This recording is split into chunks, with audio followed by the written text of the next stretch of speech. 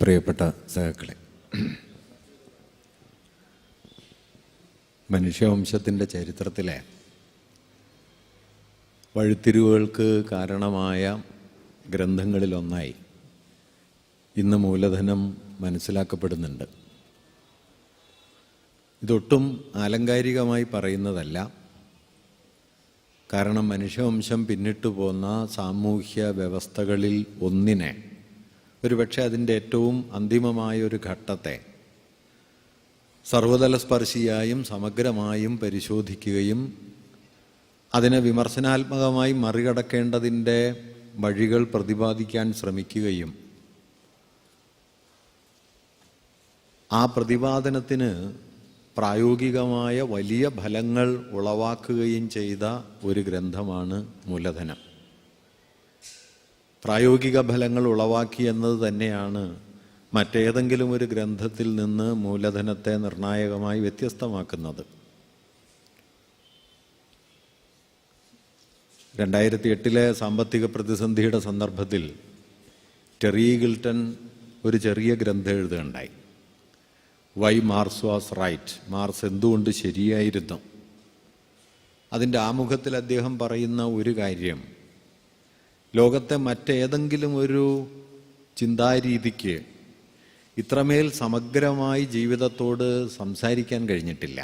അദ്ദേഹം അതിൽ പറയുന്നുണ്ട്, നിങ്ങൾക്കൊരു പ്ലേറ്റോണിക് ട്രേഡ് യൂണിയനെ കുറിച്ചോ അരിസ്റ്റോട്ടിലിയൻ സ്ത്രീവാദ പ്രസ്ഥാനത്തെക്കുറിച്ചോ ആലോചിക്കാൻ കഴിയില്ല. നിങ്ങൾക്കൊരു ഹെഗേലിയൻ ഗറില്ല മൂവ്മെൻറ്റിനെ കുറിച്ച് ആലോചിക്കാൻ കഴിയില്ല. അങ്ങനെ ധാരാളം പറഞ്ഞിട്ട് അദ്ദേഹം പറയും, നിങ്ങൾക്ക് ഏത് പ്രസ്ഥാനത്തെക്കുറിച്ചും ഏത് ചിന്താക്രമത്തെക്കുറിച്ചും വിശകലന രീതിയെക്കുറിച്ചും ആലോചിച്ചുകൊള്ളൂ. മാർക്സിസം അതുമായി ഇടപെട്ടിട്ടുണ്ട്, മാർക്സിസം അതുമായി സംവദിച്ചിട്ടുണ്ട്. മാർക്സിസം ട്രേഡ് യൂണിയനുകളായി, മാർക്സിസം ഭരണകൂട രൂപങ്ങളായി, സ്ത്രീ പ്രസ്ഥാനങ്ങളായി, പാരിസ്ഥിതിക വിശകലനങ്ങളായി, ശാസ്ത്ര പദ്ധതികളായി, ഘടനാപഗ്രഥനങ്ങളായി, ഏതെല്ലാം നിലയിൽ മനോവിജ്ഞാനത്തിൻ്റെ തലത്തോട് വരെ മാർക്സിസം വളരെ ആഴത്തിൽ സംവദിച്ചു. ഒരു ഘട്ടത്തിൽ മനോവിജ്ഞാനം മാർക്സിസവുമായി ചേരില്ല എന്ന് കരുതുകയും മാറ്റി നിർത്തപ്പെടുകയും ചെയ്തിരുന്ന ഒരു ഘട്ടമുണ്ട്. പക്ഷേ വിൽഹം റീഖിനെ പോലെ, എറിക് ഫ്രോമിനെ പോലെ ഒക്കെയുള്ള പണ്ഡിതന്മാർ മാർക്സിസത്തെയും വിശ്ലേഷണത്തെയും കൂട്ടിയിണക്കാൻ പല നിലകളിൽ ശ്രമിക്കുകയും ഒരുപക്ഷെ ഫാഷിസത്തെക്കുറിച്ചുള്ള ഏറ്റവും മൗലികമായ ഉൾക്കാഴ്ചകൾ മാർക്സിസത്തെയും മനഃശാസ്ത്രത്തെയും കൂട്ടിയിണക്കാൻ ശ്രമിച്ച പണ്ഡിതന്മാരിൽ നിന്ന് രൂപപ്പെട്ടു വരികയും ഒക്കെ ചെയ്തു. ഇങ്ങനെ സർവതലസ്പർശിയായ ഒരു പ്രയോഗമൂല്യം മാർക്സിസത്തിന് ഉണ്ടായിരുന്നു. ആ പ്രയോഗമൂല്യത്തിൻ്റെ അടിത്തറ ഒരുക്കുന്നതിൽ മറ്റേതെങ്കിലും ഒരു കൃതിയേക്കാൾ വലിയ പങ്ക് വഹിച്ചത് മൂലധനമാണ് എന്ന് നമുക്കിന്നറിയാം. എഴുതപ്പെട്ട കാലത്ത് ഇത് അത്രമേൽ വിജയിച്ചൊരു കൃതി ആയിരുന്നില്ല. 1867 സെപ്റ്റംബർ 14 ഈ പുസ്തകം പുറത്തു വരുന്നത് നേരത്തെ ബേബിസഖാവിടെ പറഞ്ഞതുപോലെ 2 പതിറ്റാണ്ട് നീണ്ട പരിശ്രമത്തിൻ്റെ പരിസമാപ്തി എന്ന നിലയിലാണ്. മാനിഫെസ്റ്റോ എഴുതിയ കാലത്താണ് മൂലധനത്തിൻ്റെ പ്രവർത്തനത്തെയും അതെങ്ങനെയാണ് തൊഴിലാളികളെ ചൂഷണം ചെയ്തുകൊണ്ട് ലാഭം സമാഹരിച്ച് മുതലാളിത്തം എന്ന വ്യവസ്ഥയായി മാറുന്നത് എന്നതിനെയും വിശദീകരിക്കാൻ വേണ്ടി ഒരു ഗ്രന്ഥം എഴുതാനാണ് മാർക്സ് ആലോചിച്ച് തുടങ്ങുന്നത്. അത് 1848-49 കാലത്താണ്. അത് ഉടനടി പൂർത്തിയാകും എന്ന് അദ്ദേഹം കരുതി. അദ്ദേഹം ധാരാളം ഉറപ്പുകൾ ഇതേ ചൊല്ലി നൽകുന്നുണ്ട് പ്രസാധകർക്കും മറ്റുമൊക്കെ. പലതവണ പൂർത്തിയാകുന്നു എന്ന് അദ്ദേഹവും സ്വയം കരുതിയിട്ടുണ്ട്. പക്ഷേ 20 വർഷക്കാലം അദ്ദേഹം അതിനുവേണ്ടി പരിശ്രമിച്ചു. ആ 20 വർഷക്കാലം പരിശ്രമിച്ചപ്പോൾ തൻ്റെ കൃതി തൻ്റെ പരിശ്രമം കൊണ്ട് തന്നെ അവ്യക്തമായി പോകുന്നുണ്ടോ എന്ന സംശയവും മാർക്സിനുണ്ടായിരുന്നു. താൻ പഠിച്ച് എഴുതി ഇത് കൂടുതൽ സങ്കീർണമായി ആളുകൾക്ക് ഒട്ടുമേ വ്യക്തമല്ലാത്തൊരു കൃതിയായി തീരുന്നുണ്ടോ എന്ന സംശയവും മാർക്സിനുണ്ടായിരുന്നു. 1867 ഫെബ്രുവരി മാസത്തിൽ മാർക്സ് എംഗൽസിന് എഴുതിയ ഒരു കത്തിൽ, ബെൽസാക്കിൻ്റെ ഒരു കഥ താങ്കൾ വായിച്ചു നോക്കണം, ഏതാണ്ട് എൻ്റെ കൃതിയുടെ സ്വഭാവം അതിനുണ്ടോ എന്നെനിക്ക് സംശയമുണ്ടെന്ന് പറയുന്നുണ്ട്. ആ ബെൽസാക്കിൻ്റെ കഥ എന്താണെന്ന് വെച്ച് കഴിഞ്ഞാൽ, വിശ്വപ്രസിദ്ധനായ ഒരു ചിത്രകാരൻ അതുവരെ ഇല്ലാത്ത മട്ടിൽ മഹത്തായൊരു ചിത്രം വരയ്ക്കാൻ ശ്രമിക്കുകയും വരച്ചതിന് മുകളിൽ വീണ്ടും വീണ്ടും വരച്ചുകൊണ്ടിരിക്കുകയും അന്തിമമായി അത് തൻ്റെ രണ്ട് സുഹൃത്തുക്കളെ കാണിക്കുമ്പോൾ യാതൊന്നും വ്യക്തമല്ലാത്ത ഒരു കുഴഞ്ഞു മറിഞ്ഞ ചിത്രമായി അത് മാറിപ്പോകുന്നതും അത് അവസാനം അദ്ദേഹം കത്തിച്ചു കളയുന്നതുമാണ് ആ കഥ. ഈ കഥ താങ്കൾ വായിക്കണം എന്ന് എംഗൽസിന് 1867 ഫെബ്രുവരി മാസത്തിൽ എഴുതിയ കത്തിൽ മാർക്സ് പറയുന്നുണ്ട്. എംഗൽസ് തന്നെയും മാർക്സിൻ്റെ ഈ സങ്കീർണമായ അവതരണ രീതിയെക്കുറിച്ച് ചിലപ്പോഴൊക്കെ സംശയങ്ങളുള്ള ആളായിരുന്നു. ഇപ്പോൾ മൂലധനത്തിൻ്റെ 1-ാം വോള്യത്തിലെ 4-ാം ഭാഗം എന്ന് പറയുന്നത് അതിദീർഘമാണ്. 1-ാം ഭാഗവും വളരെ സങ്കീർണമാണ്. ചരക്ക് എന്ന് പറയുന്നതിനെക്കുറിച്ച് വിശദീകരിക്കുന്ന ഭാഗം. 4-ാം ഭാഗത്തെക്കുറിച്ച് എംഗൽസ് ചോദിക്കുന്നത്, ഇത്രമേൽ വലിയൊരു അധ്യായം ആര് വായിച്ച് മനസ്സിലാക്കുന്നതാണ് താങ്കൾ പ്രതീക്ഷിക്കുന്നത് എന്ന്. അങ്ങനെ എംഗൽസിന് തന്നെയും സംശയങ്ങളുണ്ടായിരുന്നു. പക്ഷെ മാർക്സിൻ്റെ ഒരു രചനാരീതിയുടെ സവിശേഷത, മാർക്സ് ഒരിക്കൽ പറയുന്നുണ്ട്, ഞാൻ എഴുതിയ ഒരു കാര്യം 6 മാസം കഴിഞ്ഞ് വായിച്ചു നോക്കിയാൽ എനിക്ക് അതേപടി വീണ്ടും പ്രസിദ്ധീകരിക്കാൻ കഴിയില്ല എന്ന്. 6 മാസം കഴിഞ്ഞ് വായിച്ചു നോക്കിയാൽ തനിക്കത് തിരുത്താതെ, അതിനെ ധാരാളമായി മാറ്റി എഴുതാതെ തനിക്കത് പൂർത്തിയാക്കാൻ കഴിയില്ല എന്ന് അദ്ദേഹത്തിന് എപ്പോഴും ഒരു തോന്നലുണ്ട്. അതുകൊണ്ട് ഉടനീളം മാറ്റി എഴുതിക്കൊണ്ടിരുന്നു, പുതിയ വിജ്ഞാനങ്ങളെ അതിൽ കൂട്ടിയിണക്കിക്കൊണ്ടിരുന്നു, വിശകലനത്തെ കൂടുതൽ കൂടുതൽ സൂക്ഷ്മമാക്കിക്കൊണ്ടിരുന്നു. ഈ സൂക്ഷ്മതയും സൈദ്ധാന്തികമായ ജാഗ്രതയും മൂലധനത്തെ വളരെ സങ്കീർണമായ അതേസമയം വളരെ സമഗ്രമായ ഒരു കൃതിയാക്കി മാറ്റുകയും ചെയ്തു. മാർക്സും നേരത്തെ ഇവിടെ പറഞ്ഞ മേരി ഗബ്രിയലിൻ്റെ പുസ്തകത്തിൽ അത് വിശദമായി പറഞ്ഞിട്ടുണ്ട്. മാർക്സും അദ്ദേഹത്തിൻ്റെ കുടുംബവും എംഗൽസും സുഹൃത്തുക്കളും സഖാക്കളും ഒക്കെ പ്രതീക്ഷിച്ചത് ഈ പുസ്തകം പുറത്തു വരുന്നതോടെ ലോകത്ത് വമ്പിച്ചൊരു മാറ്റം ഉണ്ടാകുമെന്നും ലോകവിപ്ലവത്തിൻ്റെ പുറപ്പാടായി അത് മാറിത്തീരും എന്നും ഒക്കെയാണ്. 1867 സെപ്റ്റംബർ മാസം 14-ന് പുറത്തു വന്ന 1000 കോപ്പി അച്ചടിച്ച മൂലധനത്തിൻ്റെ 1-ാം വോള്യം 5 വർഷം കൊണ്ടാണ് വിറ്റ് തീർന്നത്. 1000 കോപ്പി അത് വിറ്റ് തീരുകയുണ്ടായില്ല. മാർക്സും എംഗൽസും അദ്ദേഹത്തിൻ്റെ സുഹൃത്തുക്കളും ഒക്കെ പല നിലയ്ക്ക് പണിപ്പെട്ടു. എങ്കിലും മാർക്സിൻ്റെ ജീവിതകാലത്ത് മാർക്സ് പ്രതീക്ഷിച്ചൊരു സ്വീകരണം മാർക്സ് അതിനെക്കുറിച്ച് പറഞ്ഞ ഒരു കാര്യമുണ്ട്. എനിക്ക് ഒരിക്കൽ പോലും കൈവന്നിട്ടില്ലാത്ത ഒരു കാര്യത്തിന് വേണ്ടി ഞാൻ ഇത്രയേറെ സംസാരിച്ച ഒരാൾ ലോകത്ത് വേറെ ഉണ്ടാവില്ല എന്നാണ്. മൂലധനത്തിന് വേണ്ടിയാണല്ലോ എഴുത്ത് മുഴുവൻ. അതൊരിക്കൽ പോലും കൈവന്നിട്ടില്ല. അങ്ങനെ തനിക്കൊരിക്കലും കൈവന്നിട്ടില്ലാത്തൊരു കാര്യത്തിന് വേണ്ടി എന്നെപ്പോലെ സംസാരിച്ച ഒരാൾ ലോകത്ത് വേറെ ഉണ്ടാവില്ല. എന്നിട്ട് അദ്ദേഹം പറയുന്നുണ്ട്, ഇതെഴുതാൻ വേണ്ടി ഞാൻ വലിച്ച സിഗരറ്റിൻ്റെ വില പോലും എനിക്കതിൽ നിന്ന് കിട്ടിയിട്ടില്ല എന്നും മാർക്സ് എഴുതിയിട്ടുണ്ട്. അങ്ങനെ അതിലദ്ദേഹം പക്ഷെ നിരാശനൊന്നും ആയിരുന്നില്ല കേട്ടോ. മാർക്സ് അവസാന ഘട്ടത്തിൽ പറയുന്നുണ്ട്, കൂടുതൽ പ്രായോഗികമായി പ്രവർത്തിക്കണമെന്ന് കരുതുന്ന ആളുകളുണ്ട്. അദ്ദേഹം പറയുന്ന ഒരു വാക്യം, ഒരു കാളയുടെയോ മറ്റോ പ്രകൃതമായിരുന്നെങ്കിൽ മനുഷ്യവംശത്തിൻ്റെ ദുരിതത്തിന് നേരെ കണ്ണടയ്ക്കാമായിരുന്നു. തുടർന്ന് പറയുന്ന നല്ലൊരു വാക്യമാണ്, മനുഷ്യവംശത്തിൻ്റെ യാതനകൾ കണ്ടില്ലെന്ന് നടിച്ചിരുന്നെങ്കിൽ ഞാൻ ഓക്സ്ഫോർഡ് സർവകലാശാലയിലെ ഒരു പ്രൊഫസറാകുമായിരുന്നു എന്നാണ്.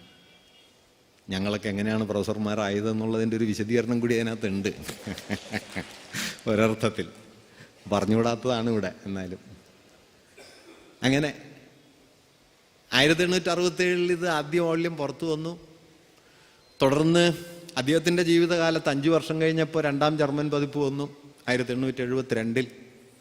73 അദ്ദേഹം ഒട്ടും പ്രതീക്ഷിക്കാത്ത ഒരു മുന്നേറ്റം മൂലധനത്തിന് കിട്ടിയത് റഷ്യയിലാണ്. റഷ്യൻ പതിപ്പുണ്ടായി എന്ന് മാത്രമല്ല, 10,000 കോപ്പി 1-ാം പതിപ്പ് വന്ന് തൊട്ടു പിന്നാലെ വിറ്റു തീർന്നു. മാർക്സിൻ്റെ ജീവിതകാലത്ത് വലിയ മുന്നേറ്റം മൂലധനത്തിന് കിട്ടിയ ഒരു രാജ്യം റഷ്യയാണ്. 1875 ഫ്രഞ്ച് പതിപ്പ് വന്നു.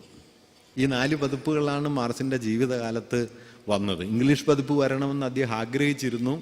അദ്ദേഹം അത് ചെയ്യാനായി തൻ്റെ മകളോട് പറയുന്നുണ്ട്. പക്ഷെ അദ്ദേഹത്തിൻ്റെ ജീവിതകാലത്ത് അത് വരികയുണ്ടായില്ല. അദ്ദേഹത്തിൻ്റെ സഹപ്രവർത്തകനായ സാമുവൽ മൂറും അദ്ദേഹത്തിൻ്റെ അവസാനത്തെ പുത്രിയായ ഇളയ മകളായ എവലിൻ്റെ ഭർത്താവ് കൂടി ചേർന്നിട്ടാണ്, എലിനോർ മാർക്സിൻ്റെ ഭർത്താവ് അവലിങ് കൂടി ചേർന്നിട്ടാണ് ഇംഗ്ലീഷ് വിവർത്തനം തയ്യാറാക്കുന്നത്. ഇംഗ്ലീഷ് വിവർത്തനവും അക്കാലത്ത് കാര്യമായി സ്വീകരിക്കപ്പെടുകയുണ്ടായില്ല. വലിയ വിജയം നേടിയത് റഷ്യൻ പതിപ്പാണ്. റഷ്യൻ പതിപ്പിൻ്റെ സ്വീകരണം മാർസിനെ വളരെ കൂടുതൽ സ്വാധീനിക്കുകയും ചെയ്തു. നേരത്തെ ബെൽസഹാവിടെ പറഞ്ഞൊരു കാര്യമുണ്ട്, മാർസ് ഒരിക്കലും മൂലധനമെന്നോ തൻ്റെ ചിന്തയെന്നോ എന്നത് അന്തിമമായൊരു സ്ഥാനത്തെത്തിയിരിക്കുന്നു എന്ന് പ്രഖ്യാപിക്കുന്ന ആളല്ല. മൂലധനം അദ്ദേഹം പലവട്ടം തിരുത്തുന്നുണ്ട്. ഈ 4 പതിപ്പുകൾ വന്ന 1-ാം വോള്യം തന്നെ അദ്ദേഹം ഓരോ പതിപ്പിലും തിരുത്തിക്കൊണ്ടിരുന്നു എന്ന കാര്യവും, പ്രത്യേകിച്ച് ഫ്രഞ്ച് പതിപ്പിൽ അദ്ദേഹം വരുത്തിയ തിരുത്തലുകൾ വളരെ പ്രധാനപ്പെട്ടതാണ് എന്ന കാര്യവും നാം ശ്രദ്ധിക്കേണ്ടതാണ്. അത് ഞാൻ പിന്നാലെ കുറച്ച് വിശദമായിട്ട് പറയാം എന്ന് കരുതുന്നു. എന്തായാലും ഈ 4 പതിപ്പുകൾ വരികയും ഈ 4 പതിപ്പുകൾ വന്നതിൻ്റെ കാര്യം കൂടി അല്പം കൂടി പറയാവുന്നത്, വാസ്തവത്തിൽ മാർസ് ആദ്യം പൂർത്തിയാക്കിയത് 1-ാം വോള്യം അല്ല. അദ്ദേഹത്തിൻ്റെ 4-ാം വോള്യം എന്ന് പറയുന്ന തിയറീസ് ഓഫ് സർപ്ലസ് വാല്യൂ ആണ് 1862-63 കാലത്തെ പഠനക്കുറിപ്പുകളിലൂടെ അദ്ദേഹം ഏകദേശം പൂർത്തിയിലെത്തിച്ചത്. പൂർത്തിയിലെത്തിച്ചു എന്ന് ഞാൻ പറയുന്നത് ഒരു കരട് തയ്യാറാക്കി.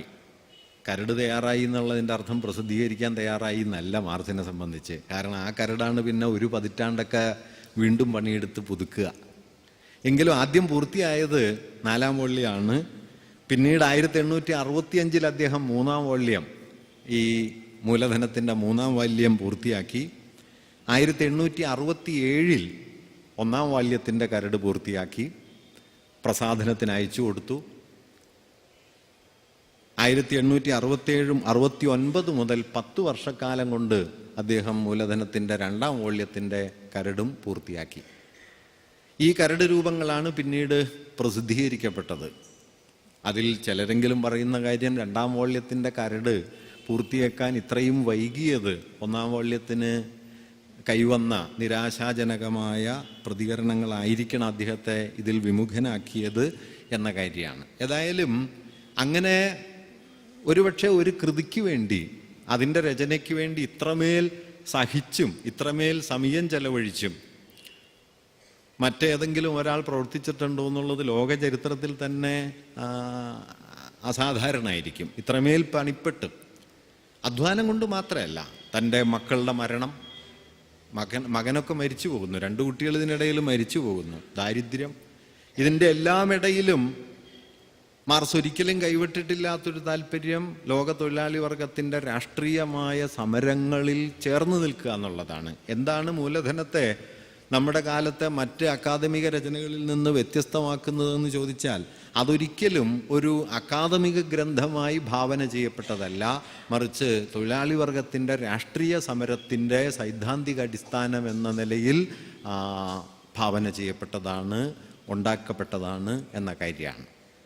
അതുകൊണ്ട് തന്നെ ഈ മൂലധനത്തിൻ്റെ രചനയിൽ ആണ്ടുമുഴുകിയിരിക്കുന്ന സമയത്തും രാഷ്ട്രീയമായ പ്രശ്നങ്ങൾ ഉയർന്നു വന്നാൽ ഗ്രന്ഥരചന മാറ്റിവെച്ച് അതിനോട് ഏറ്റുമുട്ടാൻ പുറപ്പെടുന്ന ഒരു സമ്പ്രദായം മാർസ് പലപ്പോഴും സ്വീകരിക്കുന്നുണ്ട്. ഇപ്പോൾ 1850കളുടെ അവസാനം അദ്ദേഹത്തിൻ്റെ ഒരു എതിരാളി രംഗത്ത് വരികയും, കാൾ വോക്സ് എന്ന് പറയുന്ന ഒരാൾ രംഗത്ത് വരികയും മാർസിനെയും കമ്മ്യൂണിസ്റ്റ് മൂവ്മെൻറ്റിനെയും ഒക്കെ അധിക്ഷേപിച്ചുകൊണ്ട് ധാരാളം പ്രചാരവേലകൾ നടത്തുകയും ചെയ്യുന്നുണ്ട്. മൂലധന രചന നിർത്തിവെച്ച് ഏതാണ്ട് 1.5 കൊല്ലക്കാലം വോക്റ്റുമായിട്ട് മാർസ് ഏറ്റുമുട്ടിക്കൊണ്ടിരുന്നു.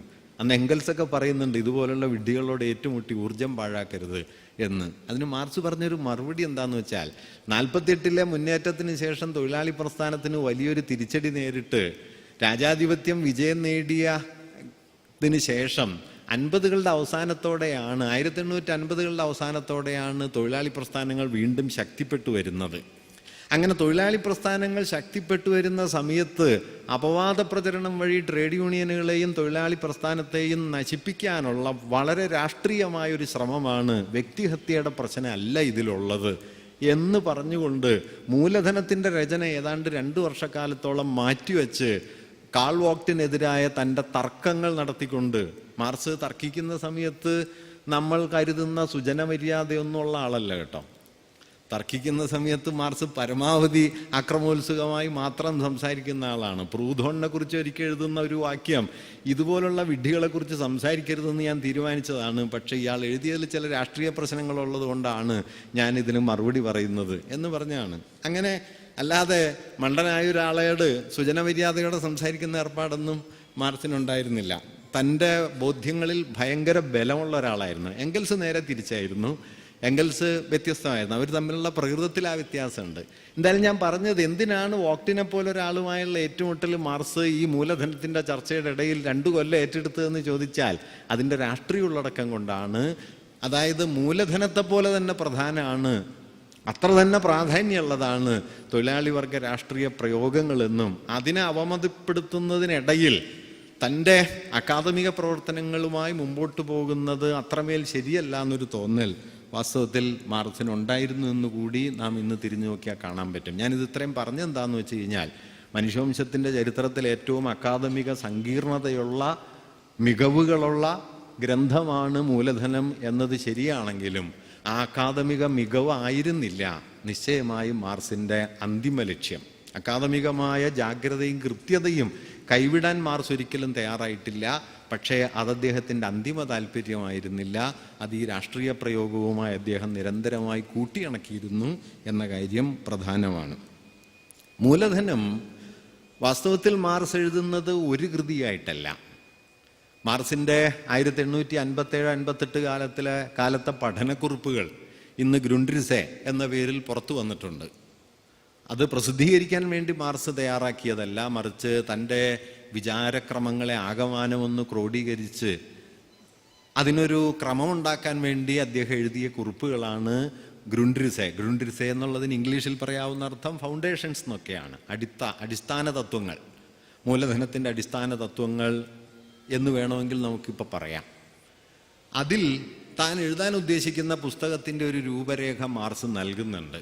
6 ഭാഗങ്ങളുള്ള 6 പ്രമേയങ്ങളെക്കുറിച്ച് പ്രത്യേകമായി ചർച്ച ചെയ്യുന്ന ഒരു അതിവിപുലമായ ഗ്രന്ഥപരമ്പരയാണ് മാർക്സിൻ്റെ ആലോചനയിലുള്ളത്. അതിൽ 1-ാമത്തെ ഭാഗം മൂലധനമാണ്, 2-ാമത്തേത് ഭൂവുടമസ്ഥത, ഭൂസ്വത്ത്, ലാൻഡ് പ്രോപ്പർട്ടി എന്നതാണ്, 3-ാമത്തേത് വേജ് ലേബർ, കൂലിവേല എന്നത്, 4-ാമത്തേത് ഭരണകൂടം, 5 ഇൻ്റർനാഷണൽ ട്രേഡ്, അന്താരാഷ്ട്ര വാണിജ്യം എന്നത്, 6-ാമത്തേത് വേൾഡ് മാർക്കറ്റ്, ലോക വിപണി.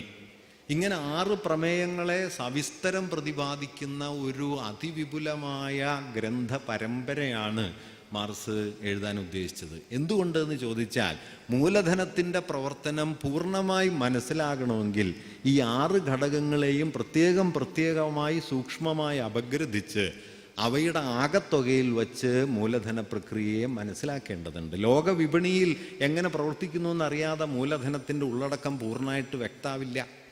വേജ് ലേബറുമായുള്ള അതിൻ്റെ വിനിമയങ്ങൾ എന്തെന്ന് നോക്കണം. ഇങ്ങനെ ഓരോ ഘടകത്തെയും സൂക്ഷ്മമായിട്ട് നോക്കുക, ഒപ്പം തന്നെ അവ ആകമാനം ചേർന്നുണ്ടാകുന്ന വിപുലമായ ഒരു ആകത്തുക എന്തെന്ന് സിദ്ധാന്തവൽക്കരിക്കുക. ഇങ്ങനെ ഒരു ഭാഗത്ത് എംപെരിക്കൽ ഡീറ്റെയിൽസ്, പ്രമാണനിഷ്ഠമെന്നോ അനുഭവനിഷ്ഠമെന്നോ പറയാവുന്ന വിശദാംശങ്ങൾ ആകാവുന്നത്ര ശേഖരിക്കുകയും അവയെ മുൻനിർത്തി സമകാലിക യാഥാർത്ഥ്യത്തെ അതിവിശദമായി വിവരിക്കുകയും ചെയ്യുക. മൂലധനത്തിൽ അത് ഗംഭീരമായിട്ട് കാണാം. ഇപ്പം മൂലധനത്തിൻ്റെ മുതലാളിത്തം എന്ന് പറയുന്ന സമ്പദ് വ്യവസ്ഥയുടെ പൊട്ടിപ്പുറപ്പെടൽ, അതിനെക്കുറിച്ചുള്ള ഏറ്റവും നാടകീയമെന്നോ ഏറ്റവും മനോഹരമെന്നോ പറയാവുന്ന വിവരണങ്ങളൊക്കെ അതിലൊരു ഭാഗം ബെയ്സകയുടെ വായിച്ച് കേൾപ്പിക്കുകയുണ്ടായി. അതിമനോഹരമായ, ഇവിടെ സാന്ദർഭികമായിട്ട് പറയട്ടെ, മാർക്സിൻ്റെ ഭാഷ നാം കരുതുന്നത് പോലെ, സാധാരണ നമ്മൾ രാഷ്ട്രീയ ചർച്ചയുടെ ഭാഷ എന്ന് കരുതുന്നത് പോലെ ഒട്ടും വരണ്ട ഭാഷയല്ല. മാർക്സിൻ്റെ ഭാഷ അത്യന്തം കാവ്യാത്മകമാണ്. ഉംബർട്ടോ പറയുന്നുണ്ട്, ഇടിമുഴക്കം പോലെ ചരിത്രത്തിൽ മുഴങ്ങുന്നൊരു വാക്യമല്ലേ, workers of all the world unite, you have nothing to lost but only chains. കവിത പോലെ ചരിത്രത്തിൽ മുഴങ്ങിക്കൊണ്ടിരിക്കുന്ന എത്രയോ വാക്യങ്ങൾ. തിയറീസ് ഓഫ് സർപ്ലസ് വാല്യൂവിൻ്റെ അവസാനത്തിലൊരു വാക്യമുണ്ട്, അത് സന്ദർഭികമായി മാർക്സ് എഴുതുന്നതാണ്. അദ്ദേഹം പറയുന്നത്, as in the tree of knowledge been at the same time the tree of sin ever since the time of Adam. വിജ്ഞാനത്തിൻ്റെ വൃക്ഷം പാപത്തിൻ്റെ വൃക്ഷവും കൂടി ആയിട്ടല്ലാതെ ആദത്തിൻ്റെ കാലം മുതൽ നിലനിന്നിട്ടില്ലല്ലോ. Has in the tree of knowledge been at the same time tree of sin. ഇങ്ങനെ ഒരു സാമ്പത്തിക ശാസ്ത്ര ഗ്രന്ഥം എഴുതുകയാണ് താൻ എന്നൊന്നും മാർക്സ് കരുതുന്നില്ല. മൂലധനം വായിച്ചു നോക്കിയാൽ അറിയാം. ഡാൻഡെ, ഷേക്സ്പിയർ, മിൽട്ടൺ, ഹോമർ, ഇങ്ങനെ വൻതോതിൽ വന്നുകൊണ്ടിരിക്കും. താക്കറെ അല്ലെങ്കിൽ ചാൾസ് ഡിക്കൻസ്, അക്കാലം വരെ എഴുതപ്പെട്ടതെല്ലാം മാർക്സിൽ വന്നു പോകുന്നുണ്ട്. പലപ്പോഴും ഒരു വലിയ സിദ്ധാന്തം വിശദീകരിക്കാൻ മാർക്സ് നേരെ പോവുക ഒരുപക്ഷെ ഷൈലോക്കിനെ കുറിച്ചുള്ള ഷേക്സ്പിയറിൻ്റെ ഒരു കൊട്ടേഷനിലേക്കായിരിക്കും. ഇങ്ങനെ ഉള്ളൊരു വിചാര രീതി മാർക്സ് നിലനിർത്തിയിട്ടുണ്ട്. അത് ഏറ്റവും സമഗ്രമായി കാണുന്നത് മൂലധനത്തിലുമാണ്. ഞാൻ സാന്ദർഭികമായിട്ടൊരു കാര്യം കൂടി പറയാം. ഇന്നിപ്പോൾ വിജ്ഞാന വ്യവസ്ഥയിലെ മഹാസംഭവമായിട്ട് പലരും പറയുന്ന ഇൻ്റർ ഡിസിപ്ലിനാരിറ്റി, പല വിഷയങ്ങളെ തമ്മിൽ കുറുകെ കടന്നു പോകുന്ന ഒരു ചർച്ചാ മണ്ഡലം വഴി യാഥാർത്ഥ്യത്തെ സൂക്ഷ്മമായി നോക്കിക്കാണുക എന്നത് വാസ്തവത്തിൽ മൂലധനത്തെയോ മാർക്സിനെയോ സംബന്ധിച്ച് ഒട്ടും അപരിചിതമായിരുന്നില്ല.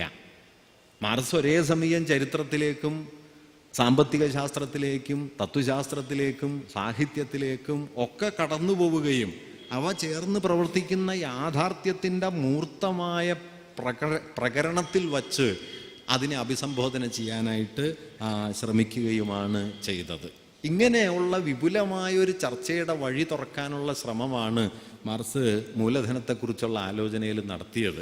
അതിൽ വാസ്തവത്തിൽ നമ്മുടെ മുമ്പിലുള്ളത്, ഈ 4 വോള്യങ്ങളായി ഇന്ന് നമ്മുടെ മുമ്പിലുള്ളത് 6 ഭാഗങ്ങളായി മാർക്സ് വിഭാവനം ചെയ്യാൻ ശ്രമിച്ച മഹാഗ്രന്ഥ പരമ്പരയുടെ 1-ാം ഭാഗവും 2-ഉം 3-ഉം ഭാഗങ്ങളുടെ ഭാഗികമായ ചർച്ചയും മാത്രമാണ്. ബാക്കി അദ്ദേഹത്തിന് ഭരണകൂടത്തെക്കുറിച്ചോ ഇൻ്റർനാഷണൽ ട്രേഡിനെ കുറിച്ചോ വേൾഡ് മാർക്കറ്റിനെ കുറിച്ചോ താൻ എഴുതണമെന്ന് കരുതിയതിൻ്റെ കുറിപ്പുകൾ പോലും മാർക്സ് തയ്യാറാക്കുകയുണ്ടായില്ല.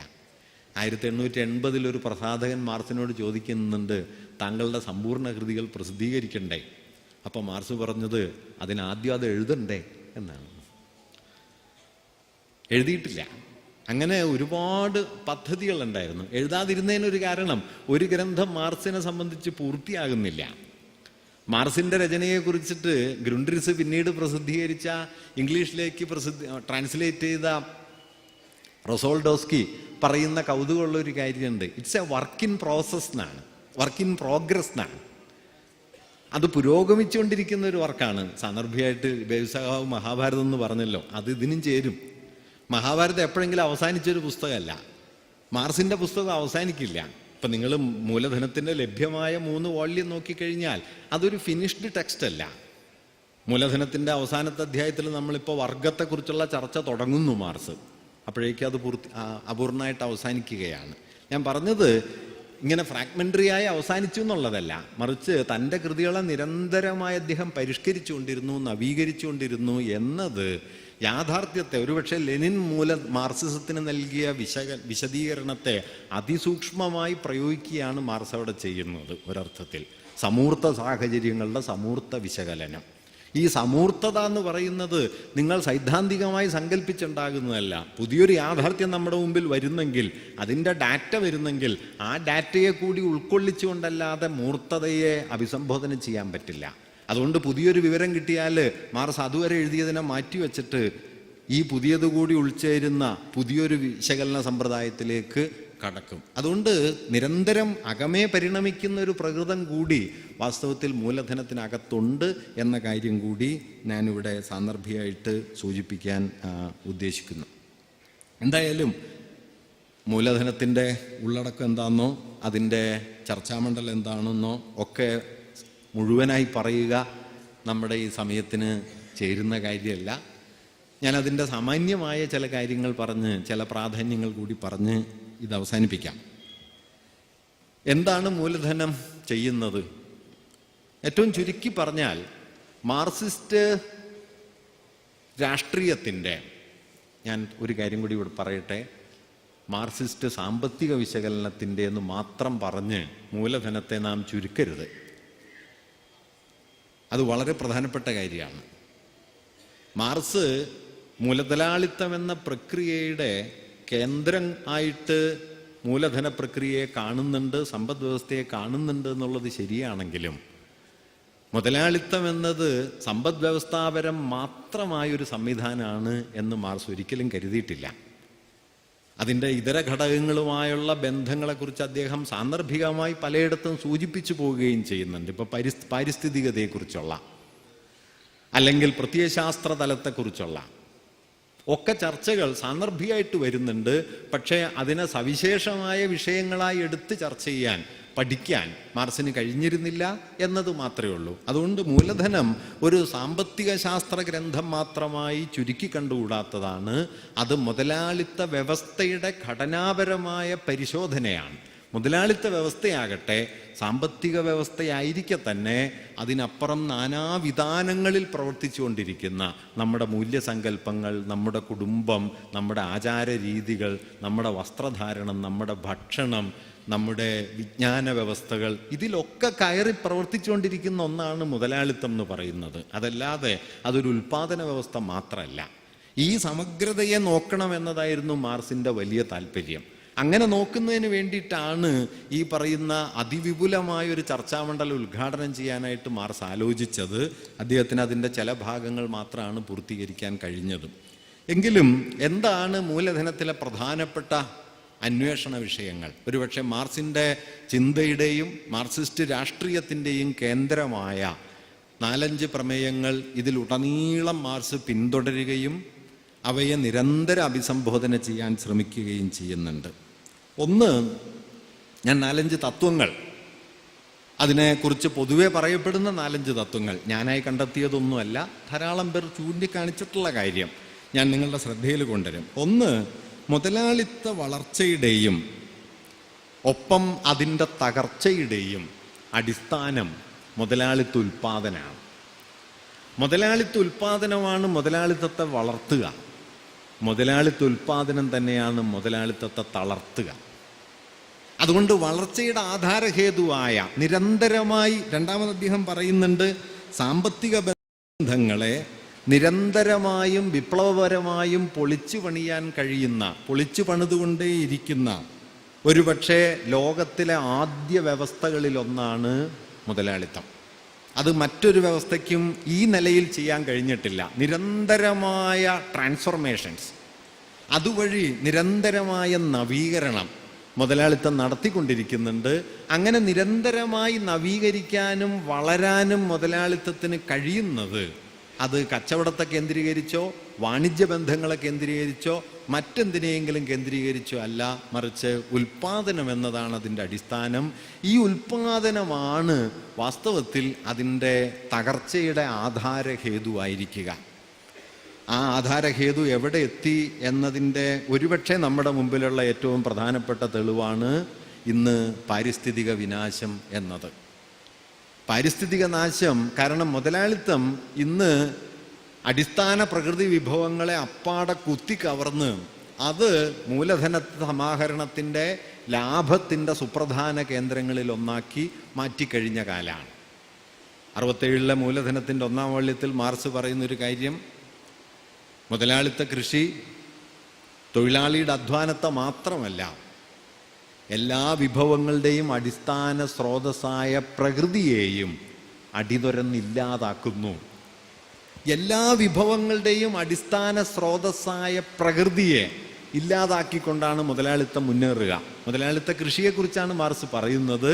ഇന്ന് 1.5 നൂറ്റാണ്ടിനിപ്പുറം നോക്കുമ്പോൾ അത് മുതലാളിത്ത കൃഷി മാത്രമായിട്ടല്ല, നമ്മുടെ സമസ്ത വിഭവ സ്രോതസ്സുകളെയും കുത്തിക്കവർന്നില്ലാതാക്കിക്കൊണ്ട് മുതലാളിത്തം മുമ്പോട്ട് പോയി ഒരുപക്ഷെ കാലാവസ്ഥയുടെ ലക്ഷോപലക്ഷം വർഷങ്ങൾ കൊണ്ട് രൂപപ്പെട്ടു വന്ന ഒരു ജീവിത വ്യവസ്ഥയുടെ തകർച്ചയുടെ ആധാരമായി അത് മാറുകയും ചെയ്യുന്നുണ്ട്. ഇങ്ങനെ ഉൽപാദന കേന്ദ്രിതമായ ഒന്നാണ് ഇത്. വളരെ പ്രധാനപ്പെട്ട കാര്യമാണ്. കാരണം ഈ ഉൽപാദനത്തെ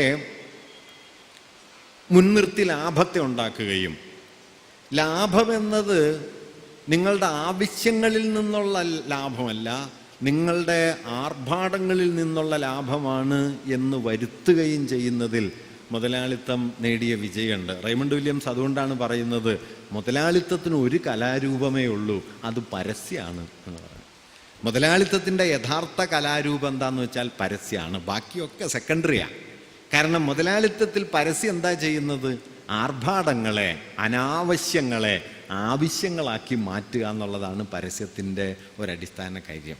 നിങ്ങൾക്ക് ധരിക്കാൻ ഒരു ഷർട്ട് വേണമെന്നേ ഉള്ളൂ, പക്ഷെ നിങ്ങൾ ഇന്ന ബ്രാൻഡുള്ള ഷർട്ട് ധരിക്കുമ്പോൾ നിങ്ങൾക്ക് എന്തോ കേമത്തം വരും എന്ന് പരസ്യം കണ്ട് 200 രൂപയ്ക്ക് വാങ്ങാവുന്നൊരു ഷർട്ട് 2000 രൂപ കൊടുത്ത് വാങ്ങിയിട്ടിട്ട് ഞാനൊരു കേമനാണല്ലോ എന്ന് തെറ്റിദ്ധരിക്കാൻ നമ്മെ പരിശീലിപ്പിക്കുന്നതിൻ്റെ പേരാണ് പരസ്യം.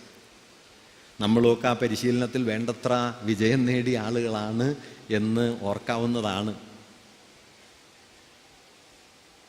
അതെ, മാർക്സ് ചോദിച്ച മാർക്സിന്റെ അടിസ്ഥാന പോയിന്റ്, മൂലധനത്തിന്റെ കേന്ദ്ര വിഷയം എന്താണ്? ഉപയോഗമൂല്യവും വിനിമയമൂല്യവും തമ്മിലുള്ള വൈരുദ്ധ്യമാണ്. ചരക്ക് എന്താണ്? ചരക്ക്, ഒരു വസ്തു ചരക്കായി തീരുന്നത് ഉപയോഗമൂല്യത്തിനപ്പുറം ഉപയോഗമൂല്യവുമായി യാതൊരു ബന്ധവുമില്ലാത്ത വിനിമയമൂല്യം അതിന് വരുന്നു. അതോടെ അത് കമ്മോഡിറ്റി ആയിത്തീരുന്നു.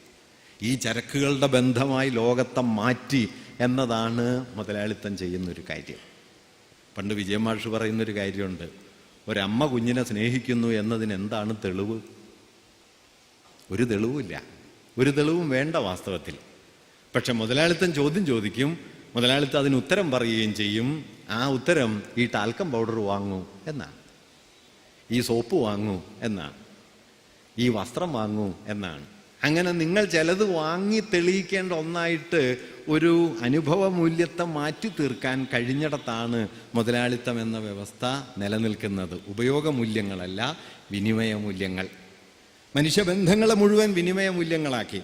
കമ്മ്യൂണിസ്റ്റ് മാനിഫെസ്റ്റോയിലെ പ്രസിദ്ധമായ വാക്യാണ്, മാനുഷികമായ മുഴുവൻ ബന്ധങ്ങളെയും മൂല്യങ്ങളെയും അണാപ്പൈ ബന്ധങ്ങളാക്കി മാറ്റി. ഈ അണാപ്പൈ ബന്ധങ്ങളാക്കി എങ്ങനെ മുതലാളിത്തം യാഥാർത്ഥ്യത്തെ പരിവർത്തനപ്പെടുത്തുന്നു എന്നതിൻ്റെ അതിസമഗ്രമായ വിശദീകരണമാണ് വാസ്തവത്തിൽ മൂലധനത്തിൽ നാം കാണുന്നത്. അതിൻ്റെ കേന്ദ്രമാണ് ഉൽപാദനം എന്നത്. രണ്ടാമത്തത്, സാമ്പത്തിക ബന്ധങ്ങളെ നിരന്തരമായും വിപ്ലവകരമായും പൊളിച്ചു പണിതുകൊണ്ട് മുന്നേറുന്ന ആദ്യ ലോക വ്യവസ്ഥയാണ് മുതലാളിത്തം. ഒരുപക്ഷെ അതുകൊണ്ട് തന്നെ അതിൻ്റെ സർവനാശത്തിലേക്ക് എത്തിച്ചേരുകയും ചെയ്യും. മൂന്നാമത്, തൊഴിൽ രഹിതരുടെ ഒരു റിസർവ് ആർമിയെ മുതലാളിത്തം എപ്പോഴും നിലനിർത്തും. മുതലാളിത്തത്തിന് തൊഴിലില്ലായ്മ പരിഹരിക്കാൻ കഴിയില്ല. തൊഴിലില്ലാത്തവരുടെ ഒരു വമ്പിച്ച സൈന്യത്തെ അതെപ്പോഴും നിലനിർത്തും. 4, കുത്തകകളിലേക്ക് സമ്പത്ത് കേന്ദ്രീകരിക്കാനുള്ള നിരന്തരവും അതിശക്തവുമായ പ്രവണത മുതലാളിത്തത്തിനുള്ളിലുണ്ടാവും. കുത്തകകളിലേക്ക്, ഇതൊക്കെ വളരെ മുമ്പ് എഴുതുന്ന കാര്യമാണ്. അന്ന് നാം ഈ കാണുന്ന ലോക കുത്തകകളൊന്നുമില്ല. ദേശരാഷ്ട്രങ്ങളുടെ അതിർത്തികളൊക്കെ ഇടിച്ച് തകർത്ത് മൂലധനം മുന്നേറുമെന്ന് മാർക്സ് എഴുതുന്നത് ഗ്ലോബലൈസേഷൻ എന്നുള്ള ആശയം ഒരാളുടെ തലയിലും ഇല്ലാത്ത കാലത്താണ്. 1847 എഴുതുന്നു. അത് എല്ലാ അതിർത്തികളെയും ഉടച്ചു കളയും, വരാനിരിക്കുന്ന എല്ലാ ബന്ധങ്ങളെയും അത് തവിടുപിടിയാക്കും. മാർക്സിന്റെ അതിമനോഹരമായ കാവ്യാത്മകമായ ഒരു കൽപ്പനയുണ്ട് മാനിഫെസ്റ്റോയില്, all that is solid melts into air. ഖരമായതൊക്കെ ഉരുകിത്തീരും, എല്ലാം ദ്രവിക്കും, എല്ലാം വായുവായിത്തീരും. മൂലധനം സർവ്വതിനെയും നിലം പരിശാക്കും. ഞാൻ പറയുക, 1848 മാർക്സ് എഴുതി ഈ ഒരൊറ്റ വാക്യത്തെയാണ് ഒരുപക്ഷെ പിന്നീട് മോഡേണിസ്റ്റ് കവിതയുടെ ബൈബിളായി നാം ഇന്ന് കാണുന്ന വേസ്റ്റ് ലാൻഡിൽ T.S. എലിയറ്റ് വിശദീകരിച്ചത്. വേസ്റ്റ് ലാൻഡിൽ പറയുന്നു, തിങ്സ് ഫോൾ അപ്പാർട്ട്, സർവ്വതും നിലം പൊത്തുന്നു, സർവ്വതും നിലം പൊത്തുന്നു, സർവ്വതും നിലം പൊത്തും എന്ന് തന്നെയാണ്. മൂലധനം എല്ലാറ്റിനെയും തവിടുപൊടിയാക്കും. നിങ്ങളുടെ മഹത്തായ ദേശീയ മൂല്യങ്ങൾ, ജീവിതകാലം കൊണ്ട് പടുത്തുയർത്തിയ വിശ്വാസക്രമങ്ങൾ സർവ്വതിനെയും നിലം പരിശാക്കി. ബെവ്സാവ് നേരത്തെ ഉദ്ധരിച്ച വാക്യത്തിൽ പറഞ്ഞതുപോലെ 300% ലാഭം കിട്ടുമെങ്കിൽ അതിൻ്റെ ഉടമയെയും മൂലധനം തൂക്കിലേറ്റും. അങ്ങനെ മനോഹരായ മറ്റൊരു വാക്യം കൂടിയുണ്ട് കേട്ടോ. മാർക്സ് ഒരിക്കൽ എഴുതുന്ന ഒരു കത്തിൽ പറയുന്ന വാക്യമാണ്, capitalism will cut down the tree if it can't sell the shadow. നിഴലിനെ വിൽക്കാൻ കഴിഞ്ഞില്ലെങ്കിൽ, തണല് വിൽക്കാൻ കഴിഞ്ഞില്ലെങ്കിൽ മുതലാളിത്തം മരം വെട്ടിവിൽക്കും. Capitalism will cut down the tree if it can't sell the shadow. വിൽക്കാൻ പറ്റിയില്ലെങ്കിൽ ഉറപ്പായിട്ടും വെട്ടിവിൽക്കും. നിഴല്, തണല് വിൽക്കാൻ പറ്റുമെങ്കിൽ പരിസ്ഥിതി സംരക്ഷണം ഉണ്ടാവും. ഇന്ന് ലോകത്ത് മുതലാളിത്തം നടത്തുന്ന, ഇപ്പോൾ എൻ്റെ വീട്ടിൽ ഒരു ഫ്രിഡ്ജ് മേടിച്ചപ്പോൾ കുറെ കാലം മുമ്പാണ്. അപ്പോൾ അതിലുള്ള ഒരു വാക്യം എന്താണെന്ന് വെച്ച് കഴിഞ്ഞാൽ, നോ CFC എന്നാണ്. ക്ലോറോ ഫ്ലൂറോ കാർബൺ ഇല്ല. ഓസോൺ പാളിയിലെ ക്ഷയത്തിന് എന്താ പറയുക, കാരണമാകുന്ന CFCയിൽ നിന്ന് മുക്തമാണ് എന്നത് ഒരു പരസ്യവാചകമാണ്. ഇന്നിപ്പോൾ നിങ്ങൾക്ക് നോക്കിയാൽ അറിയാമല്ലോ, എല്ലാം എക്കോ ഫ്രണ്ട്ലിയാണ്, എല്ലാം എക്കോ ഫ്രണ്ട്ലി ആവുന്നു. എക്കോളജിക്കൽ അണ്ടർസ്റ്റാൻഡിംഗ് എന്നുള്ളത് ഒരു ജനതയുടെ അവബോധത്തെ സ്പർശിച്ചു തുടങ്ങിയാൽ ഉടനെ തന്നെ അതൊരു കച്ചവട മൂല്യമാക്കാനായിട്ട് മുതലാളിത്തത്തിന് ഒരു പ്രയാസമില്ല. ഫ്രിഡ്ജിന് പണ്ടൊരു പരസ്യവാചകം ഉണ്ടായിരുന്നു. ഫ്രിഡ്ജിന് അതെന്താന്ന് വെച്ച് കഴിഞ്ഞാൽ അലക്കിൽ നിന്ന് മോചനം എന്നാണ്. വാസ്തവത്തിൽ അലക്കിനെ സംബന്ധിച്ച ഫെമിനിസ്റ്റ് ക്വസ്റ്റ്യൻ എങ്ങനെ എളുപ്പം അലക്കാന്നുള്ളതല്ല, ആരാണ് അലക്കേണ്ടത് എന്നാണ്. എങ്ങനെ എളുപ്പം അലക്കാന്നുള്ളത് ഒരു തട്ടിപ്പ് ചോദ്യമാണ്. ഞാനെടുത്ത മുണ്ട് ഞാൻ അലക്കണമെന്നുള്ളത് തന്നെയാണ് പ്രശ്നം. ആ ചോദ്യത്തെ പക്ഷെ ഫെമിനിസം, സ്ത്രീവാദം എന്നത് ഒരു രാഷ്ട്രീയ മുദ്രാവാക്യമായി മാറിയാൽ മൂലധനം ആ മുദ്രാവാക്യത്തെ സ്വാംശീകരിച്ച് അപ്രോപ്രിയേറ്റ് ചെയ്ത് അത് കച്ചവടത്തിൻ്റെ മറ്റൊരു മുദ്രാവാക്യമാക്കി മാറ്റും. അതുകൊണ്ട് ഏത് പുതിയ മൂല്യം വന്നാലും മൂലധനം അത് വിപണിയിലെത്തിക്കും. ഇത് മാർക്സ് നിരീക്ഷിക്കുന്നുണ്ട്. അതുകൊണ്ട് വിപണിയിൽ കേന്ദ്രീകരിക്കുന്ന, അന്തിമമായി കുത്തകളിലേക്ക് കൂടുതൽ കൂടുതൽ ഉന്മുഖമായി തീരുന്ന ഒന്നായി ലോക സമ്പദ് വ്യവസ്ഥ മാറും. ഇന്ന് നമുക്കതറിയാം. പിക്കറ്റിയുടെ മൂലധനത്തെക്കുറിച്ച് ബേവ്സായോട് പറയുണ്ടായി. ഇന്നിപ്പോൾ ലോകത്തിൻ്റെ സ്ഥിതി എന്താ വെച്ചാൽ അതിസമ്പന്നരായ 10 കുത്തകകളുടെ കയ്യിൽ ഏതാണ്ട് 140-ലധികം രാഷ്ട്രങ്ങളെക്കാൾ വലിയ സമ്പത്ത് എത്തിക്കഴിഞ്ഞു. ലോകത്താകെ ഏതാണ്ട് 190-200 രാജ്യങ്ങൾ. അതിലേതാണ്ട് 150ഓളം വരുന്ന രാജ്യങ്ങളുടെ കയ്യിലുള്ളതിനേക്കാൾ കൂടുതൽ സമ്പത്ത് ഇന്ന് 10 കുത്തകകളുടെ കയ്യിലുണ്ട്. മാർക്സ് എഴുതുന്ന കാലത്ത് ഇതൊന്നും പ്രതീക്ഷിച്ചുകൂടാ. മാർക്സ് എഴുതുന്ന കാലത്ത് കുത്തകകൾ എന്ന് പറയുന്നത് തന്നെ രൂപപ്പെട്ട് തുടങ്ങുന്നതേ ഉള്ളൂ. പക്ഷെ മാർക്സ് മൂലധനത്തിൽ കൃത്യമായി സൂചിപ്പിച്ച ഒരു തത്വം ഈ കുത്തകളിലേക്കുള്ള അതിഭീമമായ കേന്ദ്രീകരണം വരാനിരിക്കുന്നു എന്നാണ്. അവസാനമായി 5-മത്തെ ഒരു തത്വം, നിരന്തരമായി തുടരുന്ന സാമ്പത്തിക പ്രതിസന്ധികൾ. നിരന്തരമായ പ്രതിസന്ധികളിലൂടെയാണ് മുതലാളിത്തം കടന്നുപോകുക. വാസ്തവത്തിൽ മൂലധനം എന്ന ഗ്രന്ഥം ഈ 5 തത്വങ്ങളെ ഉടനീളം പിന്തുടർന്ന് ചെന്ന് എന്തുകൊണ്ട് ഇവ സംഭവിക്കുന്നു എന്ന് ആലോചിക്കുകയും അതിനെ വിശദീകരിക്കുകയും അതുവഴി മുതലാളിത്തത്തിൻ്റെ ഘടനാപരമായ ഒരു സൂക്ഷ്മാപഗ്രഥനമായി മാറുകയുമാണ് ചെയ്തത്. ഈ ഘടനാപരമായ മുതലാളിത്ത വിശകലനത്തിൻ്റെ കാര്യത്തിൽ മാർക്സിനോളം വിജയിച്ച മറ്റൊരു പരിശോധനാ രീതിയും ഇല്ല എന്നതുകൊണ്ടാണ് ഒരുപക്ഷെ കാൻറ്റർബറി ആർച്ച് ബിഷപ്പിന് 2008 എത്തുമ്പോൾ മൂലധനം വായിച്ചു നോക്കണം എന്ന് നിർദ്ദേശിക്കേണ്ടി വരുന്നത്.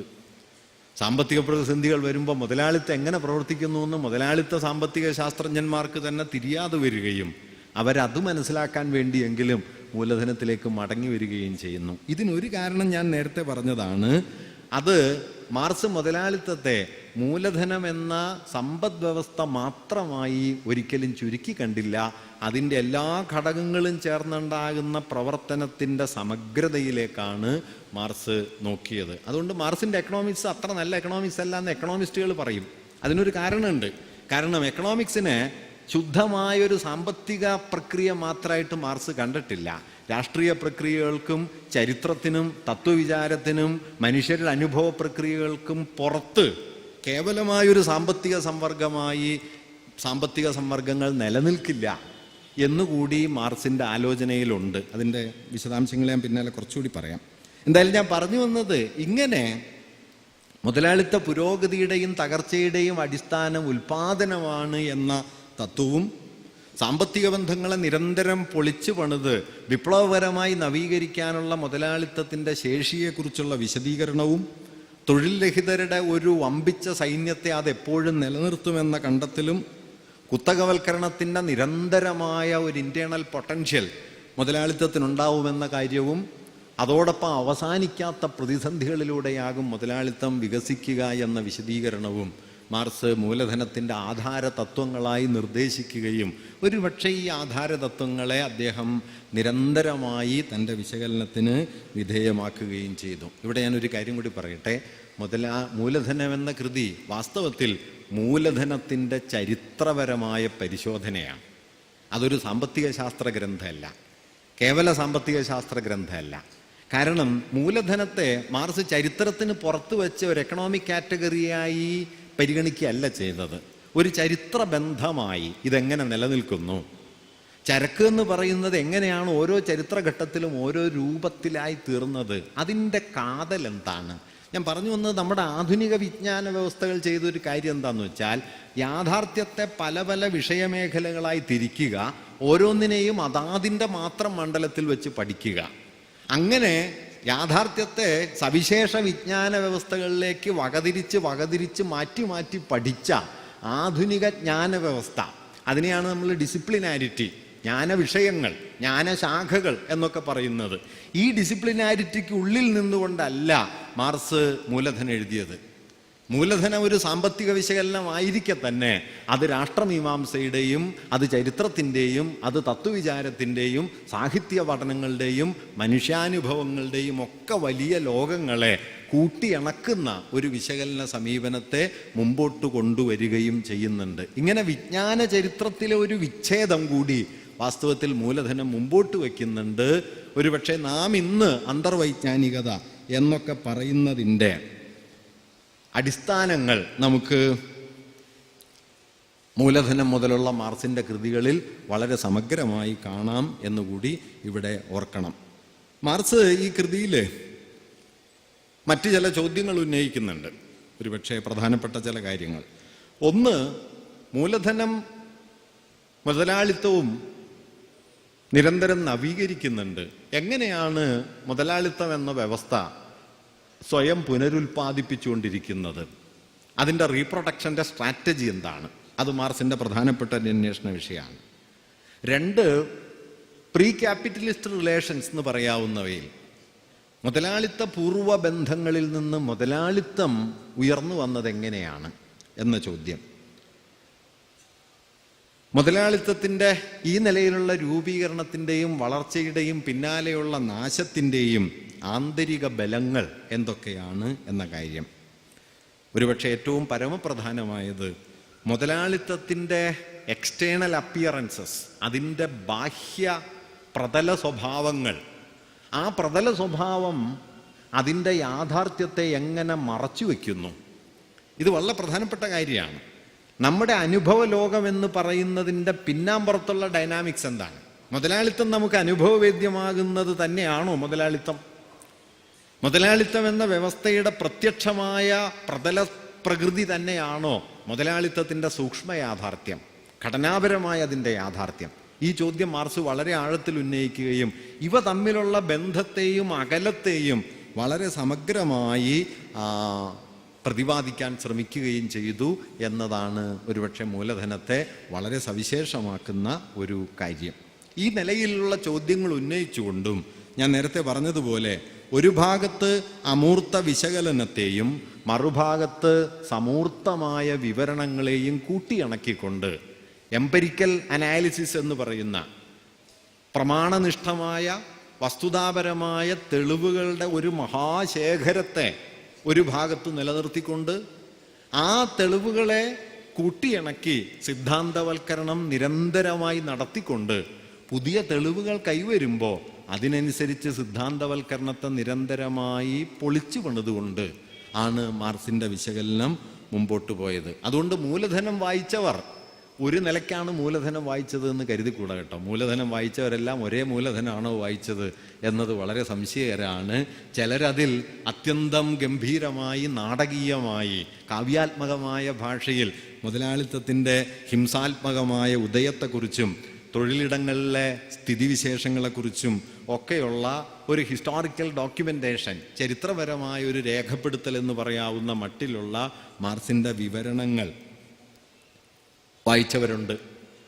അതാണ് മൂലധനമെന്ന് ധരിച്ചാൽ നിങ്ങൾ മുതലാളിത്തത്തിൻ്റെ ഒരു വിശകലനമാണ്, മുതലാളിത്തത്തിൻ്റെ ഒരു വസ്തുതാവിവരമാണ് മൂലധനം നൽകുന്നത് എന്ന് ധരിക്കാനിടയുണ്ട്.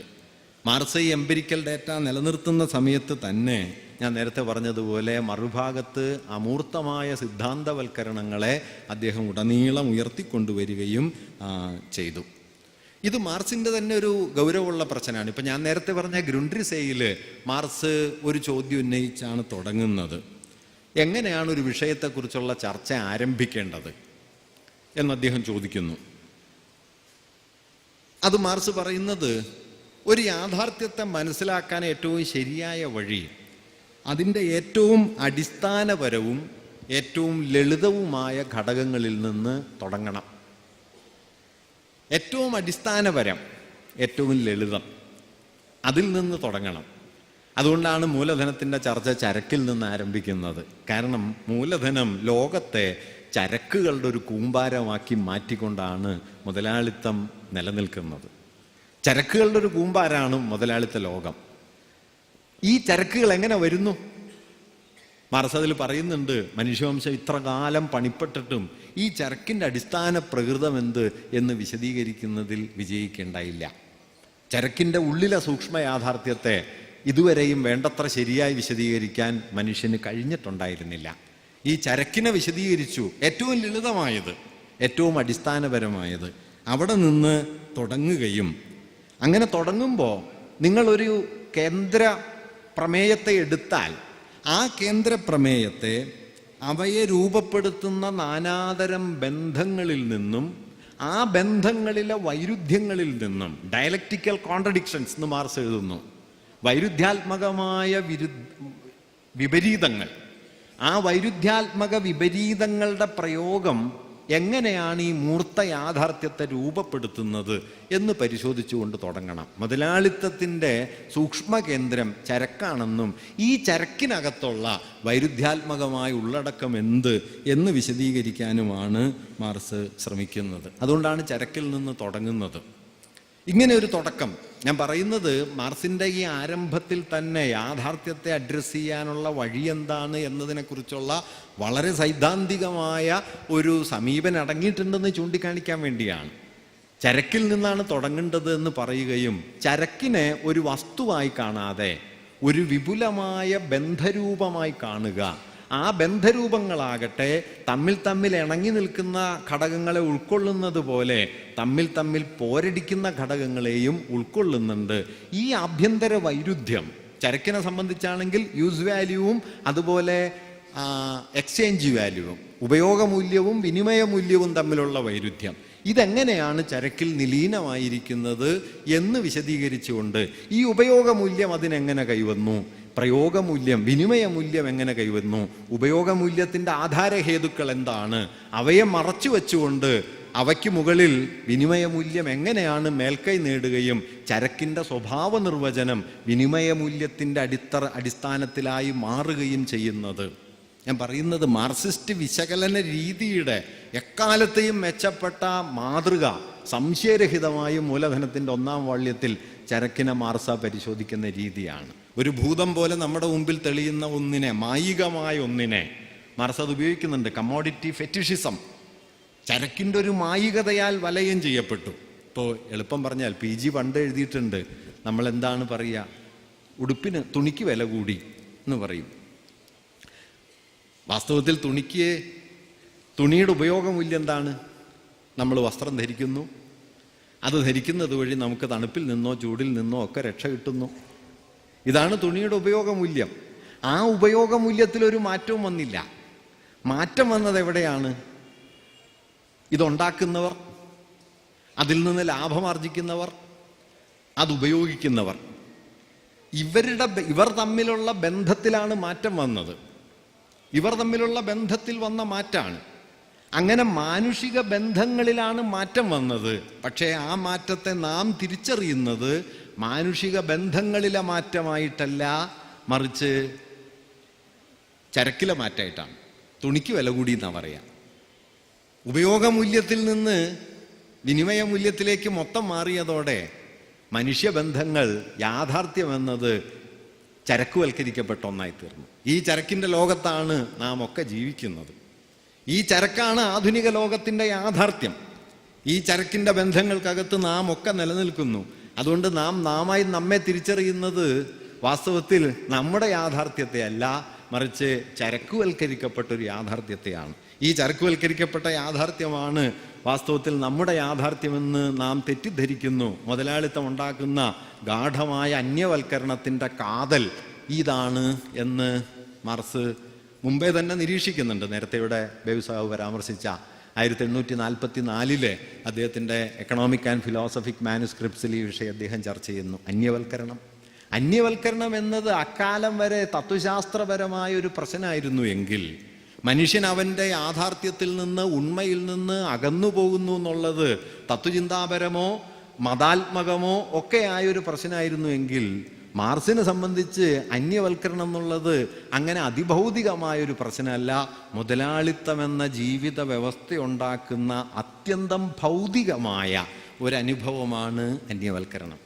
അങ്ങനെ അന്യവൽക്കരണത്തിൻ്റെ അതിഭൗതിക ലോകത്തിൽ നിന്ന് ഞാൻ എനിക്ക് തന്നെ അന്യനായിത്തീരുന്നു എന്നുള്ള ഒരു പ്രശ്നത്തെ അതിഭൗതികമായ ആശയമണ്ഡലങ്ങളിൽ നിന്ന് എടുത്തു മാറ്റി അതിനെ മൂർത്തമായൊരു ഭൗതിക സാമ്പത്തിക ചരിത്ര പ്രശ്നമാക്കിക്കൊണ്ടാണ് വാസ്തവത്തിൽ മൂലധനത്തിൻ്റെ ചർച്ച മുമ്പോട്ട് പോകുന്നത്. ഇങ്ങനെയാണ് മാർക്സ് വിജ്ഞാന വ്യവസ്ഥയെ ബ്രേക്ക് ചെയ്തത്. നിലനിന്ന വിജ്ഞാന വ്യവസ്ഥയ്ക്ക് കുറുകെ നീങ്ങുകയാണ്. അതുകൊണ്ടാണ് ഈ അൽത്യൂസറോടൊപ്പം ചേർന്ന് റീഡിംഗ് ക്യാപിറ്റൽ എന്ന ഗ്രന്ഥം എഴുതുന്ന ബാലിബർ പറയുന്നൊരു കാര്യം എന്താണെന്ന് വെച്ച് കഴിഞ്ഞാൽ, നിങ്ങൾ മാർക്സിസ്റ്റ് ഫിലോസഫി എന്ന് പറയരുത്, ഫിലോസഫി ഓഫ് മാർക്സ് എന്ന് പറയണം. എന്തുകൊണ്ട് മാർക്സിസ്റ്റ് ഫിലോസഫി എന്ന് പറയരുത്? മാർക്സിസ്റ്റ് ഫിലോസഫി എന്ന് പറഞ്ഞാൽ ഉണ്ടാകുന്നൊരു പരിമിതി, തത്വചിന്തയുടെ ചരിത്രത്തിലെ ഒരധ്യായം മാത്രമായിട്ട് മാർക്സ് മാറിപ്പോവും. വാസ്തവത്തിൽ തത്വചിന്തയുടെ ചരിത്രത്തിലെ വിച്ഛേദമാണ് മാർക്സ്. ഹെഗലിനെ പോലെ, കാന്റിനെ പോലെ, പിന്നാലെയും മുമ്പും ജീവിച്ച തത്വചിന്തകരെ പോലെ തത്വചിന്തയുടെ ചരിത്രത്തിലെ വേറെ ഒരു അധ്യായം എഴുതുകയല്ല മാർക്സ് ചെയ്തത്. തത്വചിന്ത എന്ന ജ്ഞാനശാഖയെ പൊളിച്ചു പണിയാണ്. ഈ പൊളിച്ചു പണിയൽ തെളിഞ്ഞു വരണമെങ്കിൽ ഫിലോസഫി ഓഫ് മാർക്സ് എന്ന് പറയണം, മാർക്സിസ്റ്റ് ഫിലോസഫി എന്ന് സാമാന്യമായി പറഞ്ഞു പോകരുത്. സാമാന്യമായി പറഞ്ഞു പോയാൽ അത് ഹെഗേലിയൻ ഫിലോസഫിയുടെയും പ്ലേറ്റോണിക് ഫിലോസഫിയുടെയും നാനാതരം തത്വചിന്തകളുടെയും കൂട്ടത്തിലെ ഒരു അധ്യായമായിട്ട് അവസാനിക്കും. അങ്ങനെ തത്വചിന്തയുടെ ചരിത്രത്തിൽ ഒരു അധ്യായമല്ല, തത്വചിന്തയുടെ പൊളിച്ചു പണിയലായിരുന്നു മാർക്സ്. അത് മാർക്സിന് നന്നായിട്ട് അറിയായിരുന്നു. അതുകൊണ്ടാണ് ഫെയർബാക്ക് തീസിസിലെ അവസാന വാക്യം അദ്ദേഹം എഴുതിയത്, philosophers have only interpreted the world, the problem is to change it. തത്വചിന്തകർ ലോകത്തെ വ്യാഖ്യാനിച്ചേ ഉള്ളൂ, പ്രശ്നം അതിനെ പൊളിച്ചു പണിയലാണ്, മാറ്റിത്തീർക്കലാണ്. ഈ മാറ്റിത്തീർക്കൽ അദ്ദേഹം തത്വചിന്തയുടെ ചരിത്രത്തിലും കൊണ്ടുവന്നു. ഞാൻ പറഞ്ഞത്, എലിയനേഷൻ എന്ന പേരിൽ 1844 പഠനക്കുറിപ്പുകളിൽ, പാരീസ് മാനുസ്ക്രിപ്റ്റ്സ് എന്നറിയപ്പെടുന്ന പഠനക്കുറിപ്പുകളിൽ മാർക്സ് അവതരിപ്പിച്ച ആശയത്തിൻ്റെ വളരെ മൂർത്തവും ഭൗതികവും ചരിത്രപരവുമായ വിശദീകരണം കൂടിയാണ് വാസ്തവത്തിൽ മൂലധനം. അൽത്യൂസറെ പോലൊരാളും പിന്നീട് പല ഘടനാവാദ മാർക്സിസ്റ്റുകളും ആദ്യകാല മാർക്സും പിൽക്കാല മാർക്സും തമ്മിൽ വലിയൊരു വിച്ഛേദമുണ്ട് എന്ന് വാദിക്കുന്നത് ശരിയല്ല എന്നാണ് എനിക്ക് തോന്നുന്നത്. അങ്ങനെ ഉണ്ടെന്ന് കരുതുന്നവരുണ്ട് കേട്ടോ. ഞാനിതിൽ ഏത് ശരിയെന്ന് അന്തിമമായി പറയാനല്ല. എൻ്റെ ഒരു തോന്നൽ 44-ലെ മാനിഫെസ്റ്റോയ്ക്ക് മുമ്പ് ഒരുപക്ഷെ സ്വയം വ്യക്തതയ്ക്ക് വേണ്ടി താൻ എഴുതിയ കുറിപ്പുകളിൽ മാർക്സ് അവതരിപ്പിച്ച ആശയം തന്നെയാണ്, അതിൻ്റെ സമൂർത്തമായ ഒരു വിശദീകരണം കൂടിയാണ് മൂലധനത്തിൻ്റെ 1-ാം വാള്യത്തിൽ ചരക്കുകൾ വരുന്നതോടെ മനുഷ്യബന്ധങ്ങൾക്കുണ്ടാകുന്ന അടിസ്ഥാനപരമായ മാറ്റത്തെയും കമോഡിറ്റി ഫെറ്റിഷിസത്തെക്കുറിച്ചുള്ള തൻ്റെ വിശദീകരണങ്ങളിലൂടെയും മാർക്സ് മുമ്പോട്ട് വയ്ക്കുന്നത് എന്നുകൂടി കാണേണ്ടതാണ്. അങ്ങനെ ആലോചിച്ചാൽ പരിണമിച്ചുകൊണ്ടിരിക്കുന്നു എന്ന് പറയുമ്പോഴും വാസ്തവത്തിൽ ഈ പരിണാമ പ്രക്രിയയിൽ മാർക്സ് കൈവിടാത്ത ചില അടിസ്ഥാനങ്ങളുണ്ട് എന്ന കാര്യം കൂടി നാം അതോടൊപ്പം കൂട്ടിച്ചേർക്കേണ്ടതുണ്ട്. എന്തായാലും ഇങ്ങനെ അടിസ്ഥാന യാഥാർത്ഥ്യങ്ങളിൽ നിന്ന് തുടങ്ങുക, ഈ അടിസ്ഥാന യാഥാർത്ഥ്യങ്ങളെ മുൻനിർത്തി വൈരുദ്ധ്യാത്മകമായി യാഥാർത്ഥ്യത്തെ വിശദീകരിക്കാൻ ശ്രമിക്കുക. ഒരു അടിസ്ഥാന യാഥാർത്ഥ്യത്തിൻ്റെ വൈരുദ്ധ്യത്തെക്കുറിച്ചുള്ള ചർച്ചയിൽ നിന്ന് ഒന്നിലേക്ക് മുന്നേറുക. മൂലധനത്തിൽ അങ്ങനെ ഒരു പാറ്റേൺ കാണാം. ആദ്യം ചരക്കിൽ നിന്ന് തുടങ്ങും. ചരക്കിൽ നിന്ന് തുടങ്ങുന്ന ചർച്ച പടിപടിയായി പണം, പിന്നാലെ മൂലധനം, തൊഴിലില്ലാപ്പട, മൂലധനത്തിൻ്റെ ചംക്രമണം, വായ്പാ സംവിധാനങ്ങൾ, മുതലാളിത്ത പ്രതിസന്ധികൾ, മൂലധനത്തിൻ്റെ കുത്തകവൽക്കരണം. ഇത് പ്രമേയപരമായി ഒന്നിനു പുറകെ ഒന്നായിട്ട് വരിക മാത്രമല്ല, ഒരു സൂക്ഷ്മകേന്ദ്രത്തിൻ്റെ ആന്തരിക വൈരുദ്ധ്യം വിശദീകരിക്കുക വഴി മറ്റൊരു യാഥാർത്ഥ്യം എങ്ങനെയാണ് രൂപപ്പെട്ടു വരുന്നതെന്ന് പറയുകയും അതിൽ ഈ വൈരുദ്ധ്യം എങ്ങനെ തുടരുന്നു എന്ന് വിശദീകരിക്കുകയുമാണ് ചെയ്യുന്നത്. അതായത് ഓരോ ഘടകത്തിൻ്റെയും വിശദീകരണം അതിൽ നിലീനമായ വൈരുദ്ധ്യാത്മകതയെ മുൻനിർത്തി നടത്തുന്നു. പിന്നാലെ കൂടുതൽ സങ്കീർണമായ മറ്റൊരു വൈരുദ്ധ്യാത്മക സംഗ്രഹത്തിലേക്ക് അത് വികസിക്കുകയും ചെയ്യുന്നു. ചരക്കിനെ കുറിച്ചുള്ള ചർച്ച പണത്തെക്കുറിച്ചുള്ള ചർച്ചയിലേക്ക് പോകുന്നു. പണത്തെക്കുറിച്ചുള്ള ചർച്ച മൂലധനം എന്ന ആശയത്തിലേക്ക് എത്തുന്നു. അവിടെ നിന്ന് തൊഴിലില്ലാപ്പട എന്നതിലേക്ക് വരുന്നു. പടിപടിയായി ഇങ്ങനെ വൈരുദ്ധ്യാത്മകമായി വികസിക്കുന്ന ഒരു വിശകലന ക്രമവും വാസ്തവത്തിൽ മൂലധനത്തിൻ്റെ ഉള്ളിലുണ്ട് എന്നത് നമുക്ക് ഇന്ന് നോക്കിയാൽ കാണാൻ കഴിയും. അങ്ങനെ നോക്കിയാൽ ഈ 3 ഭാഗങ്ങളിലെ വിശകലനത്തിന് തമ്മിൽ ഉള്ള ഒരു തുടർച്ചയ്ക്ക് പുറമേ കാണുന്നതിനപ്പുറം ചില പ്രാധാന്യങ്ങളുണ്ട്. 1-ാം വോള്യത്തിൽ മുഖ്യമായിട്ടും മുതലാളിത്ത ഉൽപ്പാദനം എങ്ങനെ നടക്കുന്നുവെന്നും അതെങ്ങനെയാണ് സ്വയം വികസിക്കുന്നതെന്നും മിച്ചമൂല്യത്തിൻ്റെ സമാഹരണം വഴി എങ്ങനെയാണ് മുതലാളിത്തം നിരന്തരം വികസിച്ചുകൊണ്ടിരിക്കുന്നത് എന്നും ഒരുപക്ഷെ മുതലാളിത്ത ഉൽപ്പാദന വ്യവസ്ഥയുടെ മുകളിൽ മൂലധനം സമ്പൂർണമായി പിടിമുറുക്കം നേടുന്നത് എങ്ങനെയെന്നുമാണ് മാർക്സ് ചർച്ച ചെയ്യുന്നത്. പൊതുവിലുള്ള മൂലധനം, മാർക്സിൻ്റെ ഭാഷയിൽ ക്യാപിറ്റൽ ഇൻ ജനറൽ, പൊതുവായ മൂലധനം. 2-ാമത്തെ വോള്യത്തിലേക്ക് എത്തുമ്പോൾ ഈ പൊതുവായ മൂലധനത്തിൻ്റെ പ്രക്രിയയിൽ നിന്ന് മാറി അതിൻ്റെ തുടർച്ചയിൽ ഈ മൂലധനത്തിൻ്റെ വിനിമയ രീതി, മൂലധന ചംക്രമണം എന്ന് നാം പറയുന്ന സർക്കുലേഷൻ ഓഫ് ദ ക്യാപിറ്റൽ, ഇതെങ്ങനെയാണ് മുതലാളിത്തത്തിനകത്ത് സംഭവിക്കുന്നത് എന്ന ചോദ്യത്തിലേക്ക്, അതിൻ്റെ ചർച്ചയിലേക്ക്, അതിൻ്റെ പ്രക്രിയാപരമായ പ്രകൃതത്തിലേക്ക് ചർച്ച നീങ്ങുന്നുണ്ട്. 3-ാമത്തെ വോള്യത്തിൽ ഒരുപക്ഷെ നാം കാണുന്നത് ഈ ക്യാപിറ്റൽ ഇൻ ജനറൽ, പൊതുവായ മൂലധനം എന്നത് മൂലധനത്തിൻ്റെ ഭിന്ന രൂപങ്ങളായി പിരിയുന്നതും, മൂലധനത്തിൻ്റെ ഭിന്ന രൂപങ്ങൾ എന്ന് പറഞ്ഞു കഴിഞ്ഞാൽ ഒരുപക്ഷെ ഇപ്പം ലാഭം എന്ന് പറയുന്ന ഒന്നാണ്, പലിശ എന്ന് പറയുന്ന വേറൊന്നാണ്, തറപ്പാട്ടം എന്ന് പറയുന്നത് വേറൊന്നാണ്. ഇങ്ങനെ ഭിന്ന രൂപങ്ങളിൽ മൂലധനം പിരിയുന്നതും ഈ ഭിന്ന രൂപങ്ങളിലേക്ക് പിരിയുന്ന മൂലധനത്തെ കൈയടക്കാൻ വേണ്ടി മുതലാളിത്തത്തിനകത്ത് ഉയർന്നു വരുന്ന, മാർക്സ് പറയുന്ന ഇന്റർ ക്യാപിറ്റലിസ്റ്റ് കോമ്പറ്റീഷൻ, മുതലാളിത്തത്തിനകമേ അരങ്ങേറുന്ന മത്സരങ്ങൾ, അത് മുതലാളിത്തത്തിൻ്റെ പ്രകൃതത്തെ, പ്രത്യേകിച്ച് മാർക്കറ്റിനെ എങ്ങനെ ബാധിക്കുന്നു എന്നതുമാണ് ഒരുപക്ഷെ അവസാനത്തെ ചർച്ചയുടെ കേന്ദ്രം. ഞാൻ പറഞ്ഞു വന്നത് ക്യാപിറ്റൽ ഇൻ ജനറൽ എന്നതിൽ തുടങ്ങി മാർക്സ് ക്യാപിറ്റൽ ഇൻ പർട്ടിക്കുലറിലേക്ക് എത്തുന്നു, അതിൻ്റെ ഭിന്ന രൂപങ്ങളിലേക്ക് എത്തുന്നു. ഈ ഭിന്ന രൂപങ്ങളിലേക്ക് എത്തുമ്പോൾ സുപ്രധാനമായ ഘടകമായിട്ട് മാർക്കറ്റ് മാറുകയും മാർക്കറ്റ് മൂലധനത്തെ തിരിച്ചെങ്ങനെ പിടിക്കുന്നു, മൂലധനം എങ്ങനെ മാർക്കറ്റ് ആവുന്നു എന്ന് മാത്രമല്ല മാർക്കറ്റ് മൂലധനത്തെ തിരിച്ചെങ്ങനെ ക്രമീകരിക്കുന്നു എന്നതിലേക്ക് അദ്ദേഹത്തിൻ്റെ ആലോചനകൾ ചെന്നെത്തുകയും ചെയ്യുന്നുണ്ട്. ഞാൻ പറഞ്ഞു വന്നത് ഇങ്ങനെ പടിപടിയായി അമൂർത്തമായ വിശകലനം വികസിച്ചു വരുന്നത്, അതിൻ്റെ വൈരുദ്ധ്യാത്മകതയെ കേന്ദ്രത്തിൽ നിർത്തിക്കൊണ്ട് വികസിച്ചു വരുന്നത് നമുക്ക് മൂലധനത്തിൽ കാണാം. അതുകൊണ്ട് തന്നെ മൂലധനത്തിൽ ഉടനീളം മാർക്സിൻ്റെ സാമ്പത്തിക സംവർഗങ്ങൾ നിശ്ചലമായി നിൽക്കുന്നതിനപ്പുറം അത് പരിണമിക്കുന്നതും നമുക്ക് കാണാൻ പറ്റും. ഇപ്പം മിച്ചമൂല്യം എന്നത് ക്യാപിറ്റൽ ഇൻ ജനറൽ എന്നതിനെ മുൻനിർത്തി ചർച്ച തുടങ്ങുന്നെങ്കിലും അത് പിന്നീട് ഞാൻ നേരത്തെ പറഞ്ഞതുപോലെ ലാഭവും പലിശയും പാട്ടവും ഒക്കെയായി അതിൻ്റെ ഭിന്ന രൂപങ്ങളിലേക്ക് മാറുന്നത് നമുക്ക് കാണാൻ പറ്റും. 1-ാം വോള്യത്തിൽ, മൂലധനത്തിൻ്റെ 1-ാം വോള്യത്തിൽ മൂല്യം അഥവാ വാല്യൂ എന്ന സങ്കല്പനം ഉൽപാദനത്തിൻ്റെ വിലയുമായി ബന്ധപ്പെടുത്തിയാണ് ചർച്ച മുഖ്യമായിട്ട് നടക്കുന്നതെങ്കിൽ, പ്രൈസ് വാല്യൂ റിലേഷൻ, മൂല്യവും വിലയും ആണ് 1-ാം വോള്യത്തിലെ മുഖ്യ ചർച്ചാ വിഷയമെങ്കിൽ 3-ാം വോള്യത്തിലെത്തുമ്പോൾ അത് മാർക്കറ്റുമായി ബന്ധപ്പെട്ട പ്രശ്നമായിട്ട് മാറുകയും ചെയ്യുന്നു. ഞാൻ പറഞ്ഞു വന്നത് ഒരു സാമ്പത്തിക സമ്പർക്കത്തെ നമ്മുടെ പരമ്പരാഗത തത്വചിന്തയിലും പരമ്പരാഗത സാമൂഹ്യ ശാസ്ത്രത്തിലും പലപ്പോഴും കാണുന്നത് പോലെ നിശ്ചലമായ ഒരു കേവലമായ സമ്പർക്കമായി മാർക്സ് കാണുന്നില്ല. ഇത് പ്രധാനപ്പെട്ടൊരു കാര്യമാണ്. ലാഭം എന്ന് പറഞ്ഞാൽ അതൊരു കേവല സങ്കല്പമല്ല, മൂല്യം എന്ന് പറഞ്ഞാൽ കേവല സങ്കല്പമല്ല.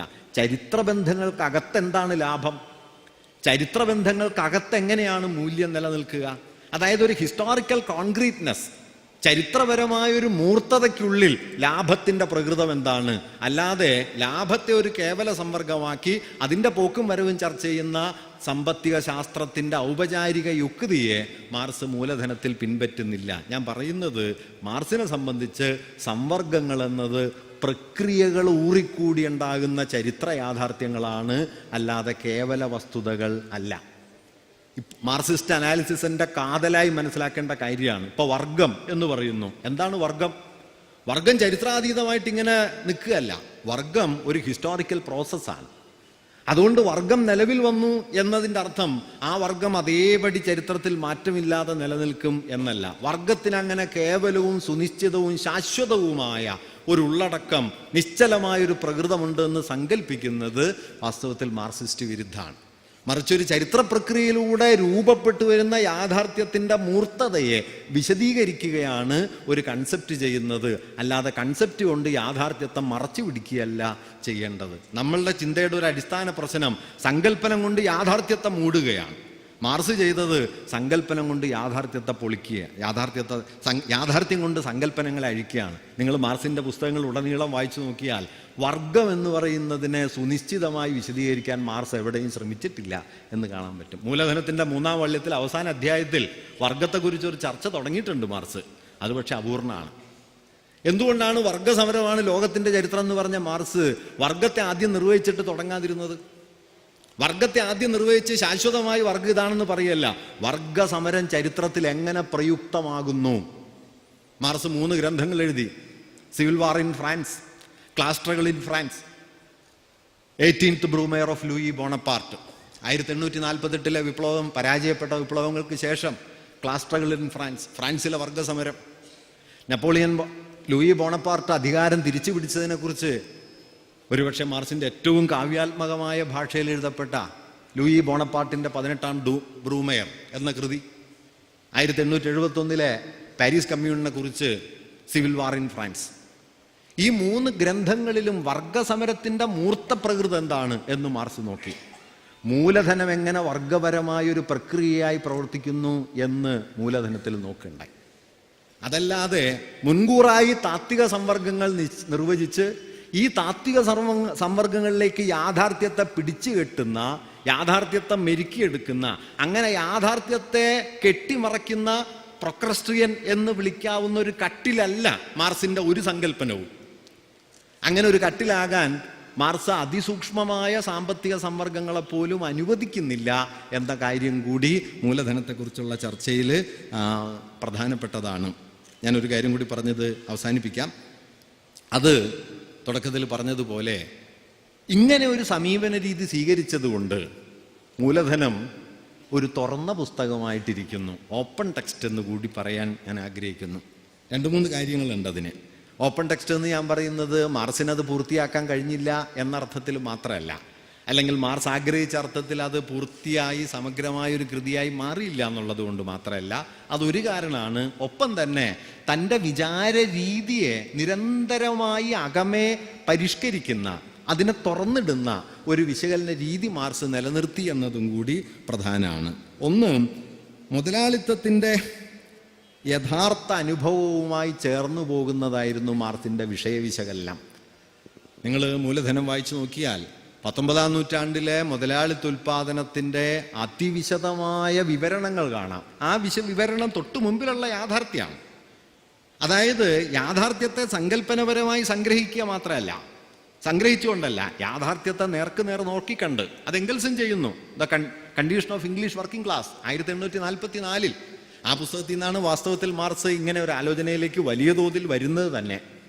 അങ്ങനെ സമൂർത്തമായ യാഥാർത്ഥ്യത്തെ ഒരു ഭാഗത്ത് നോക്കിക്കാണുക, അതിനെ സൈദ്ധാന്തികമായിട്ട് വിശദീകരിക്കാൻ ശ്രമിക്കുക, യാഥാർത്ഥ്യത്തിൻ്റെ പ്രകൃതത്തിൽ വരുന്ന മാറ്റത്തെ നിരന്തരം സിദ്ധാന്തവൽക്കരിക്കുക, ഈ സിദ്ധാന്തവൽക്കരണത്തിന് ആവശ്യമായ സൈദ്ധാന്തികമായ പുനഃക്രമീകരണങ്ങൾ നടത്തിക്കൊണ്ടിരിക്കുക. ഇത് മാർസിലുടനീളം കാണാവുന്ന ഒരു കാര്യമാണ്. അതുകൊണ്ട് മാർസ് ഒരിക്കലും സിദ്ധാന്തരൂപം ആദ്യമേ വച്ച് ആ സിദ്ധാന്തത്തിലേക്ക് യാഥാർത്ഥ്യത്തെ കൊണ്ടുവരികയല്ല, മറിച്ച് യാഥാർത്ഥ്യങ്ങളെ സിദ്ധാന്തവൽക്കരിക്കുകയാണ് ചെയ്തത് എന്നൊരു കാര്യം. 2, ഞാൻ നേരത്തെ പറഞ്ഞതുപോലെ മുതലാളിത്തം എന്ന വ്യവസ്ഥയെ, സാന്ദർഭികമായിട്ട് പറയട്ടെ, ക്യാപിറ്റലിസം എന്ന വാക്ക് മാർസ് ഉപയോഗിച്ചിട്ടില്ല കേട്ടോ. ആ വാക്ക് ആദ്യം ഉപയോഗിക്കുന്നത്, കൗതുകം തോന്നാം, ഒരു നോവലിസ്റ്റാണ്, വില്യം താക്കറെ എന്ന നോവലിസ്റ്റാണ് ആ വാക്ക് ഉപയോഗിക്കുന്നത്. ക്യാപിറ്റലിസ്റ്റ് എന്നൊക്കെ മാർസ് എഴുതുന്നുണ്ട്. ക്യാപിറ്റലിസം എന്നത് ആ നിലയിൽ മാർസ് ഉപയോഗിച്ചിട്ടുള്ളൊരു വാക്കല്ല. അതുകൊണ്ട് മാർസിന് അത് താല്പര്യമില്ലായിരുന്നു എന്നല്ല, ഞാനതിൻ്റെ സാന്ദർഭികമായിട്ട് അതിൻ്റെ ഒരു ചരിത്രം വെറുതെ പറഞ്ഞു എന്ന് മാത്രമേ ഉള്ളൂ. എന്തായാലും ഈ മുതലാളിത്തം എന്നതിനെ ഒരു സമ്പദ് വ്യവസ്ഥ മാത്രമായിട്ട് ചുരുക്കാതെ ആ സമ്പദ് വ്യവസ്ഥയിൽ ഇടപെട്ട് പ്രവർത്തിച്ചുകൊണ്ടിരിക്കുന്ന സാമൂഹികവും സാംസ്കാരികവും ചരിത്രപരവും മതാത്മകവും ഒക്കെയായ ഘടകങ്ങൾ പരിഗണിക്കണം എന്ന സൂചന നിങ്ങൾക്ക് മൂലധന ചർച്ചയിൽ ഉടനീളം കാണാൻ കഴിയും. അവ ഉടനീളം മാർസ് മൂലധനത്തിൽ സാമ്പത്തിക ചർച്ച ചെയ്തതുപോലെ ചെയ്തിട്ടില്ല എന്നുള്ളത് ശരിയാണ്. അതിൻ്റെ അർത്ഥം സമ്പദ് വ്യവസ്ഥയെ സാമ്പത്തിക മാത്രമായി മാർക്സ് എപ്പോഴെങ്കിലും പരിഗണിച്ചു എന്നല്ല. അങ്ങനെ പരിഗണിച്ചാൽ മാർക്സിൻ്റെ വിപുലമായ ആലോചനയുമായി അത് ചേരാതെ വരും. ഇനി നേരത്തെ പറഞ്ഞതുപോലെ മാർക്സിൻ്റെ ചിന്തയ്ക്ക് രണ്ട് വഴികളുണ്ട് എന്ന് ചിലർ കരുതുന്നുണ്ട്. അതൊരു അക്കാഡമിക ചർച്ചയാണ്. മാർക്സ് ആദ്യകാല മാർക്സും പിൽക്കാല മാർക്സിൻ്റെ മൂർത്ത രൂപമാണ് മൂലധനം എന്നൊക്കെ അൽത്യൂസറൊക്കെ പറയുന്നത് സാങ്കേതികമായി വലിയ വാദങ്ങളാണെങ്കിലും ഞാൻ കരുതുന്നത് പലരും വാദിച്ചിട്ടുള്ളതും ആദ്യകാല മാർക്സിൻ്റെയും പിൽക്കാല മാർക്സിൻ്റെയും വിചാരലോകങ്ങൾ തമ്മിൽ ഭിന്നതകളുണ്ട്, ഒപ്പം തന്നെ ആന്തരികമായ നൈരന്തര്യവും നിലനിർത്തുന്നുണ്ട് എന്ന കാര്യമാണ്. അതിൻ്റെ വിശദീകരണങ്ങളിലേക്ക് ഞാൻ അധികം കടക്കുന്നില്ല. ഒരു കാര്യം കൂടി പറഞ്ഞ് അവസാനിപ്പിക്കാം. അത് മൂലധനത്തിൻ്റെ 1-ാം വോള്യത്തിൽ മാർക്സ് നടത്തിയ ഈ പറഞ്ഞ സന്ദർഭത്തിൽ പ്രധാനമാണ്. 1-ാം വോള്യത്തിൽ മാർക്സ് നടത്താൻ ശ്രമിച്ച ചില പ്രധാനപ്പെട്ട തിരുത്തലുകളുണ്ട്. ആ തിരുത്തലുകൾ നേരത്തെ ബേബുസാഹിബോട് പറഞ്ഞതുപോലെ അത് വളരെ പ്രധാനപ്പെട്ട ചില തിരുത്തലുകൾ നടത്തി. 867 മൂലധനത്തിൻ്റെ 1-ാം വോള്യം വന്നു, ജർമ്മൻ പതിപ്പ് വന്നു. 72 ജർമ്മൻ പതിപ്പ് 2-ാം പതിപ്പ് വന്നു. 73 റഷ്യൻ പതിപ്പ് വന്നു. 75 ഫ്രഞ്ച് പതിപ്പ് വന്നു. ഫ്രഞ്ച് പതിപ്പ് ജോസഫ് മേയർ എന്ന് പറയുന്ന ഒരാളാണ് തയ്യാറാക്കിയത്. മാർക്സ് നേരിട്ട് പരിശോധിച്ചതിന് ശേഷം മാർക്സ് ധാരാളം തിരുത്തലുകൾ വരുത്തി. മാർക്സ് എംഗൽസിൻ്റെ സമ്പൂർണ്ണ കൃതികൾ കളക്റ്റഡ് വർക്ക്സ് പ്രസിദ്ധീകരിച്ചതിൽ ഏതാണ്ട് 60ഓളം പേജുകൾ വരുന്ന തിരുത്തലുകൾ മാർക്സിൻ്റെ ഉണ്ട്. അത് പ്രത്യേകമായിട്ട് ചേർത്തിട്ടുമുണ്ട്. മാർക്സ് പിന്നെ പറഞ്ഞൊരു കാര്യം, ഫ്രഞ്ച് പതിപ്പിൻ്റെ ആമുഖത്തിൽ മാർക്സ് പറയുന്നൊരു കാര്യം, ഇനി അങ്ങോട്ടുള്ള എല്ലാ പതിപ്പുകളും ഈ പരിഷ്കരിച്ച ഫ്രഞ്ച് പതിപ്പിനെ ആശ്രയിച്ചു വേണം ചെയ്യാൻ എന്ന് മാർക്സ് പറയുന്നുണ്ട്. അങ്ങനെ സ്വയം നിർദ്ദേശിക്കുന്നുണ്ട്. ഇപ്പം 1881 മരിക്കുന്നതിന് കുറച്ച് മുമ്പ്, 2 വർഷം മുമ്പ് എംഗൽസിന് എഴുതിയ കത്തിൽ, ഡിസംബർ 13 എംഗൽസിന് എഴുതിയ കത്തിൽ ഈ ഫ്രഞ്ച് പതിപ്പാവണം തുടർന്നുള്ള പതിപ്പുകളുടെ അടിസ്ഥാനമാകേണ്ടത് എന്ന നിർദ്ദേശം മാർക്സ് തന്നെ നൽകുന്നുണ്ട്. പക്ഷേ നിർഭാഗ്യവശാൽ എംഗൽസ് അതത്ര പരിഗണിച്ചില്ല. എംഗൽസിൻ്റെ അതിലൊരു കൗതുകമുള്ള കാര്യമുണ്ട്. എംഗൽസ് പറഞ്ഞൊരു വാക്യം എന്താണെന്ന് വെച്ചാൽ, എംഗൽസ് പറഞ്ഞത് ഈ ഫ്രഞ്ച് ഭാഷയ്ക്ക് മാർക്സിൻ്റെ ചിന്തയുടെ ഗഹനതയെ ഉൾക്കൊള്ളാനുള്ള ശേഷിയൊന്നുമില്ല എന്നാണ്. അതുകൊണ്ട് ലാളിത്യത്തിന് വേണ്ടി എന്താ പറയുക, മിനുസപ്പെടുത്തിയെടുത്ത അതിലളിതവൽക്കരിച്ച ഒരു പാഠമാണ് ഫ്രഞ്ച് പാഠം. അതുകൊണ്ട് ഫ്രഞ്ച് പാഠം മാർക്സിന് ഇഷ്ടമായെങ്കിലും അത് അത്ര ശരിയായിട്ടില്ല എന്നാണ് എംഗൽസിന് തോന്നിയത്. എംഗൽസിൻ്റെ കൗതുകമുള്ള വാക്യം ഇതാണ്: it is impossible to think originally and dialectically in the straitjacket of modern French. ആധുനിക ഫ്രഞ്ച് ഭാഷയുടെ ഒരു ചട്ടക്കൂടിനകത്ത് മൗലികമായിട്ടും വൈരുദ്ധ്യാത്മകമായിട്ടും ചിന്തിക്കാൻ പറ്റില്ല എന്ന് പറഞ്ഞ് മൂപ്പര് അതിനെ തള്ളിക്കളയുക ചെയ്തത്. അതുകൊണ്ട് മാർക്സ് മരിച്ചതിന് ശേഷം 83 തന്നെ ജർമ്മൻ പതിപ്പിൻ്റെ 3-ാം പതിപ്പ് വന്നു. പിന്നെ 90 അതിൻ്റെ 4-ാം പതിപ്പ് വരികയുണ്ടായി. ഈ 4-ാം പതിപ്പ് ആദ്യത്തെ ജർമ്മൻ പതിപ്പിനെ ആശ്രയിച്ചാണ് എംഗൽസ് തയ്യാറാക്കിയത്, 75 ഫ്രഞ്ച് പതിപ്പിനെ ആശ്രയിച്ചല്ല.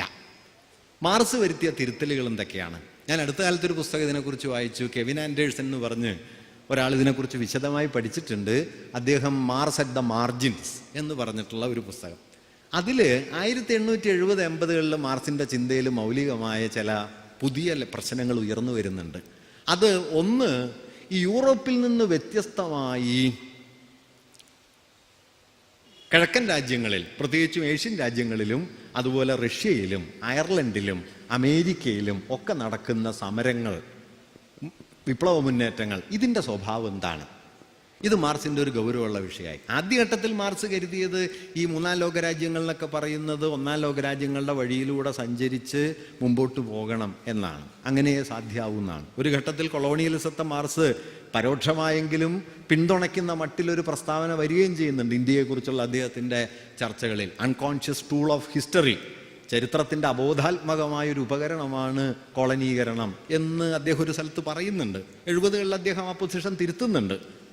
ഈ ആദ്യത്തെ വാചകം വെച്ചിട്ട് എഡ്വേർഡ് സെയ്ദൊക്കെ മാർക്സിനെ ധാരാളം ചീത്ത പറഞ്ഞിട്ടുണ്ട്. മാർക്സ് ഒരു കൊളോണിയലിസ്റ്റ് ആണെന്ന് വാദിക്കപ്പെടുകയും ചെയ്തിട്ടുണ്ട്. സൗകര്യപൂർവ്വം 70ലെ മാർക്സിൻ്റെ തിരുത്തൽ സെയ്ദ് കാണാതിരിക്കുകയും ചെയ്തിട്ടുണ്ട്. നമുക്ക് സൗകര്യമുള്ളത് കാണുക, സെലക്റ്റീവ് റീഡിങ് എന്നത് ഇപ്പോൾ തുടങ്ങിയ കാര്യമല്ല. ഐജാസ് അതിനെക്കുറിച്ച് വിസ്തരിച്ച് അദ്ദേഹത്തിൻ്റെ ഇൻ തിയറിയിൽ എഴുതുന്നുണ്ട് ഈ മാർക്സ് നടത്തിയ തിരുത്തലുകൾ. എന്താണ് 70കളിൽ മാർക്സിൻ്റെ ചിന്തയിൽ വന്ന ഒരു പുതിയ പരിഗണനാ വിഷയം? ലളിതമായിട്ട് പറഞ്ഞാൽ നാം ഈ മൂന്നാം ലോകം എന്ന് വിളിക്കുന്ന രാജ്യങ്ങളുടെ പ്രകൃതം എന്താണ്?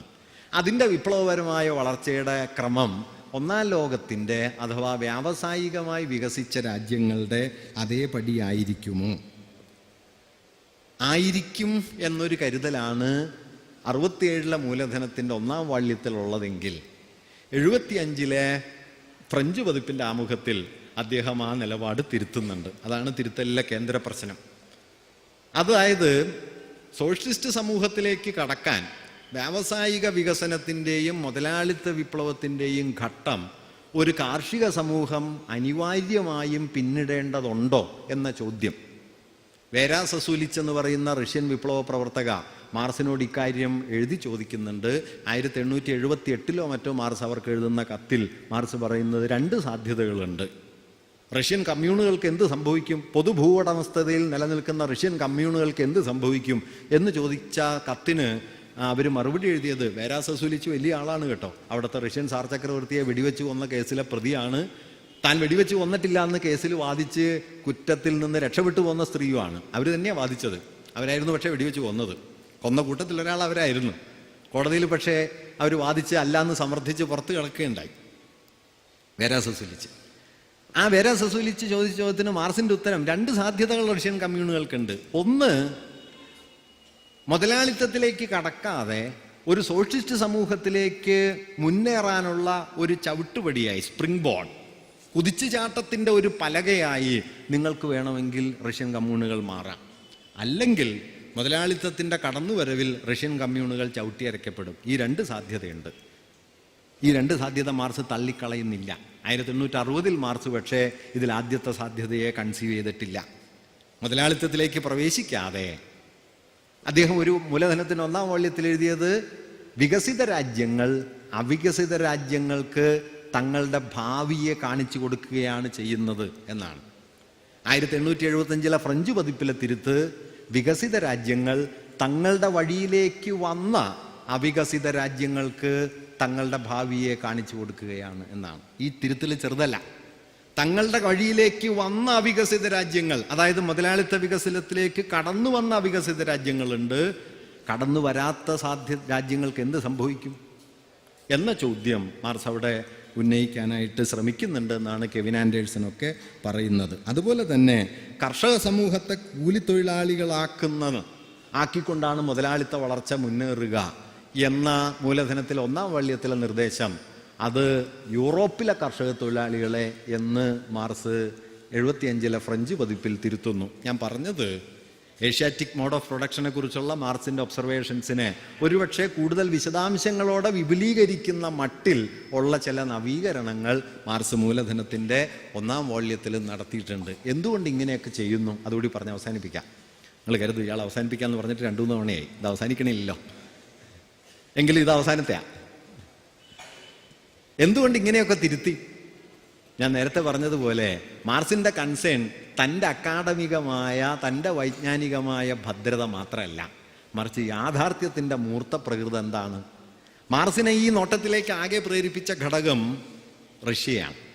1879 എംഗൽസിന് എഴുതിയ കത്തിൽ, ഫ്രെഡറിക് സോർഗ് എന്ന് പറയുന്ന ഒരാൾക്ക് എഴുതിയ കത്തിൽ അദ്ദേഹം പറയുന്നുണ്ട്, ഒരുപക്ഷെ ഇക്കാലം വരെ രാജാധിപത്യത്തിൻ്റെയും യാഥാസ്ഥിതികത്വത്തിൻ്റെയും നെടുങ്കോട്ടയായ റഷ്യയിലായിരിക്കും ഒരുപക്ഷെ വിപ്ലവത്തിൻ്റെ ആദ്യ വെടി മുഴങ്ങുക. 1879 മാർസ് ആദ്യം കരുതിയിരുന്നത് ഒന്നുകിൽ ഇംഗ്ലണ്ടിൽ അല്ലെങ്കിൽ ജർമ്മനിയിൽ വിപ്ലവം തുടങ്ങും എന്നാണ്. അങ്ങനെ തൻ്റെ തന്നെ നിരീക്ഷണങ്ങളെ തിരുത്തിക്കൊണ്ട് റഷ്യയിലെ വിപ്ലവ സാധ്യതയെ കണ്ടറിഞ്ഞതോടെയാണ് ഈ കാർഷിക പ്രശ്നം എന്നത് മറ്റൊരു നിലയിൽ നോക്കേണ്ടതാണ് എന്ന് മാർസ് കരുതുകയും അത് നൽകുന്ന തെളിച്ചങ്ങളെ വെച്ചുകൊണ്ട് ഈ മൂലധനത്തിൻ്റെ ഒന്നാം വാള്യത്തിൽ തന്നെ ചെറുതെങ്കിലും ഒട്ടും അപ്രധാനമല്ലാത്ത നവീകരണങ്ങൾ അദ്ദേഹം നടത്തുകയും ചെയ്തത്. ഞാൻ പറഞ്ഞു വന്നത് സിദ്ധാന്ത ശാഠ്യങ്ങളിലല്ല മാർസ് ജീവിച്ചത്. മൂലധനത്തിലടക്കം ഏറ്റവും ശാസ്ത്രീയമായി അദ്ദേഹം അനലൈസ് ചെയ്ത മൂലധനത്തിലടക്കം യാഥാർത്ഥ്യങ്ങളുടെ സമൂർത്ത വിശകലനമാണ്. സിദ്ധാന്തങ്ങൾ കൊണ്ട് മൂർത്ത യാഥാർത്ഥ്യങ്ങളെ മറയ്ക്കൽ എന്നത് മാർക്സിൻ്റെ താല്പര്യമേ ആയിരുന്നില്ല. ലെനിൻ പറഞ്ഞത് അച്ചട്ടായിരുന്നു, സമൂർത്ത യാഥാർത്ഥ്യങ്ങളുടെ സമൂർത്ത വിശകലനം. സമൂർത്ത യാഥാർത്ഥ്യം നിങ്ങൾ എഴുതിയുണ്ടാക്കുന്ന പ്രബന്ധമല്ല, ജീവിക്കുന്ന പ്രക്രിയയാണ്. ആ പ്രക്രിയയെ പിടിക്കാനാണ് മാർക്സ് മൂലധനത്തിലും ശ്രമിച്ചത്. നിശ്ചയമായും ആ വഴി ഇനിയും ദീർഘകാലം നിലനിൽക്കും. ഞാൻ തുടക്കം ഈ ഈഗിൾട്ടൻ്റെ കാര്യം പറഞ്ഞല്ലോ. ഈഗിൾട്ടൺ പറയുന്നുണ്ട് മാർക്സിസം മരിച്ചുപോയി എന്നാണ് മാർക്സിസ്റ്റ് വിരുദ്ധരൊക്കെ പറയുന്നത്. എന്നിട്ട് അദ്ദേഹം പറയുന്നുണ്ട് വാസ്തവത്തിൽ ഞങ്ങൾ മാർക്സിസ്റ്റുകളുടെ ആഗ്രഹവും മാർക്സിസം മരിച്ചു പോകണമെന്ന് തന്നെയാണ്. എന്നിട്ട് അദ്ദേഹം പറയും മാർക്സിസം മറ്റിസങ്ങളെ പോലെ ഒരു ഇസല്ല, ബുദ്ധിസത്തെ പോലെയോ മറ്റേതെങ്കിലും ഇസങ്ങളെ പോലെയോ അല്ല, തങ്ങളുടെ കൂടെ ആൾ കൂടണം എന്നല്ല. എന്നിട്ട് അദ്ദേഹം പറയുന്നത് മാർക്സിസ്റ്റുകൾ വാസ്തവത്തിൽ ഈ ചികിത്സകരെ പോലെയാണ്, വൈദ്യന്മാരെ പോലെ. വൈദ്യന്മാരെന്താണ് ചെയ്യുക? വൈദ്യന്മാർ രോഗത്തെ ചികിത്സിക്കുന്നു. ഒരു നല്ല വൈദ്യൻ്റെ അവസാന താല്പര്യം എന്താണ്? രോഗികളില്ലാത്ത ഒരു ലോകം ഉണ്ടാവണം എന്നാണ്. തൻ്റെ അടുത്ത് രോഗികൾ കൂടിക്കൊണ്ടേയിരിക്കണം എന്ന് ആഗ്രഹിക്കുന്നത് മോശം ഡോക്ടർമാരാണ്. രോഗികളില്ലാണ്ടാവണം. നമ്മുടെ ഡോക്ടർമാരൊക്കെ മറിച്ച് ആഗ്രഹിക്കുന്നു. അവർ മരുന്ന് തന്നെ തന്നു തന്നെ നമ്മളെ രോഗികളാക്കിക്കൊണ്ടിരിക്കുന്നു. അത് വേറൊരു കാര്യം. എങ്കിലും ഈഗിൾട്ടൺ പറയുന്നത് നല്ല ചികിത്സകൻ്റെ ലക്ഷ്യം തൻ്റെ അടുത്ത് ആരും വരാത്ത, താൻ ആവശ്യമില്ലാത്ത, രോഗങ്ങളില്ലാത്തൊരു സമൂഹം ഉണ്ടാവലാണ്. മുതലാളിത്തം എന്ന രോഗത്തിനുള്ള ചികിത്സയാണ് മാർക്സിസം. മുതലാളിത്തം ഇല്ലാണ്ടായി മാർക്സിസം അപ്രസക്തമായിത്തീരുന്ന ഒരു കാലം വരാൻ വേണ്ടിയാണ് മാർക്സിസ്റ്റുകൾ പ്രവർത്തിക്കുന്നത്. എന്നിട്ട് അദ്ദേഹം പറയുന്നുണ്ട് അങ്ങനെ ഒരു കാലം വന്നാൽ ഞങ്ങൾക്കും സായാഹ്നങ്ങളിൽ ഞങ്ങളുടെ കുഞ്ഞുങ്ങളോടൊപ്പം കടൽ തീരത്ത് കാറ്റുകൊള്ളാൻ പോവാം. ഈ അവസാനിക്കാത്ത കമ്മിറ്റികളിൽ നിന്നും ചർച്ചകളിൽ നിന്നും ഞങ്ങൾക്കും രക്ഷപ്പെടാം. ഞങ്ങൾക്കും സന്തുഷ്ടമായ കുടുംബജീവിതം നയിക്കാം. ഞങ്ങൾക്കും വിശ്രമവേളകളും വിനോദവേളകളും ഉല്ലാസങ്ങൾ കൊണ്ട് നിറയ്ക്കാം. പക്ഷേ നിർഭാഗ്യവശാൽ മുതലാളിത്തം എന്ന ജീവിതക്രമം ഉണ്ടാക്കിയ രോഗാതുരത അത് കൂടിക്കൊണ്ടേയിരിക്കുന്നു. അത് കൂടിക്കൊണ്ടിരിക്കുകയും മാർക്സിസം അപ്രസക്തമാവുകയും ചെയ്യുക സാധ്യമല്ല. കാരണം മുതലാളിത്തം എന്ന രോഗത്തിനുള്ള ചികിത്സയാണ് മാർക്സിസം. ആ ചികിത്സയുടെ ഏറ്റവും നല്ല വിശദീകരണമായിരുന്നു മൂലധനം. അതുകൊണ്ടത് ദീർഘകാലം ഇനിയും നമ്മുടെ ചരിത്രത്തിൽ പ്രവർത്തിക്കുക തന്നെ ചെയ്യും. ഈ പ്രവൃത്തി മൂല്യമാണ് അതിൻ്റെ വിജയഹേതു എന്നുകൂടിയാണ് ഞാൻ പറയാൻ ശ്രമിക്കുന്നത്. നമസ്കാരം.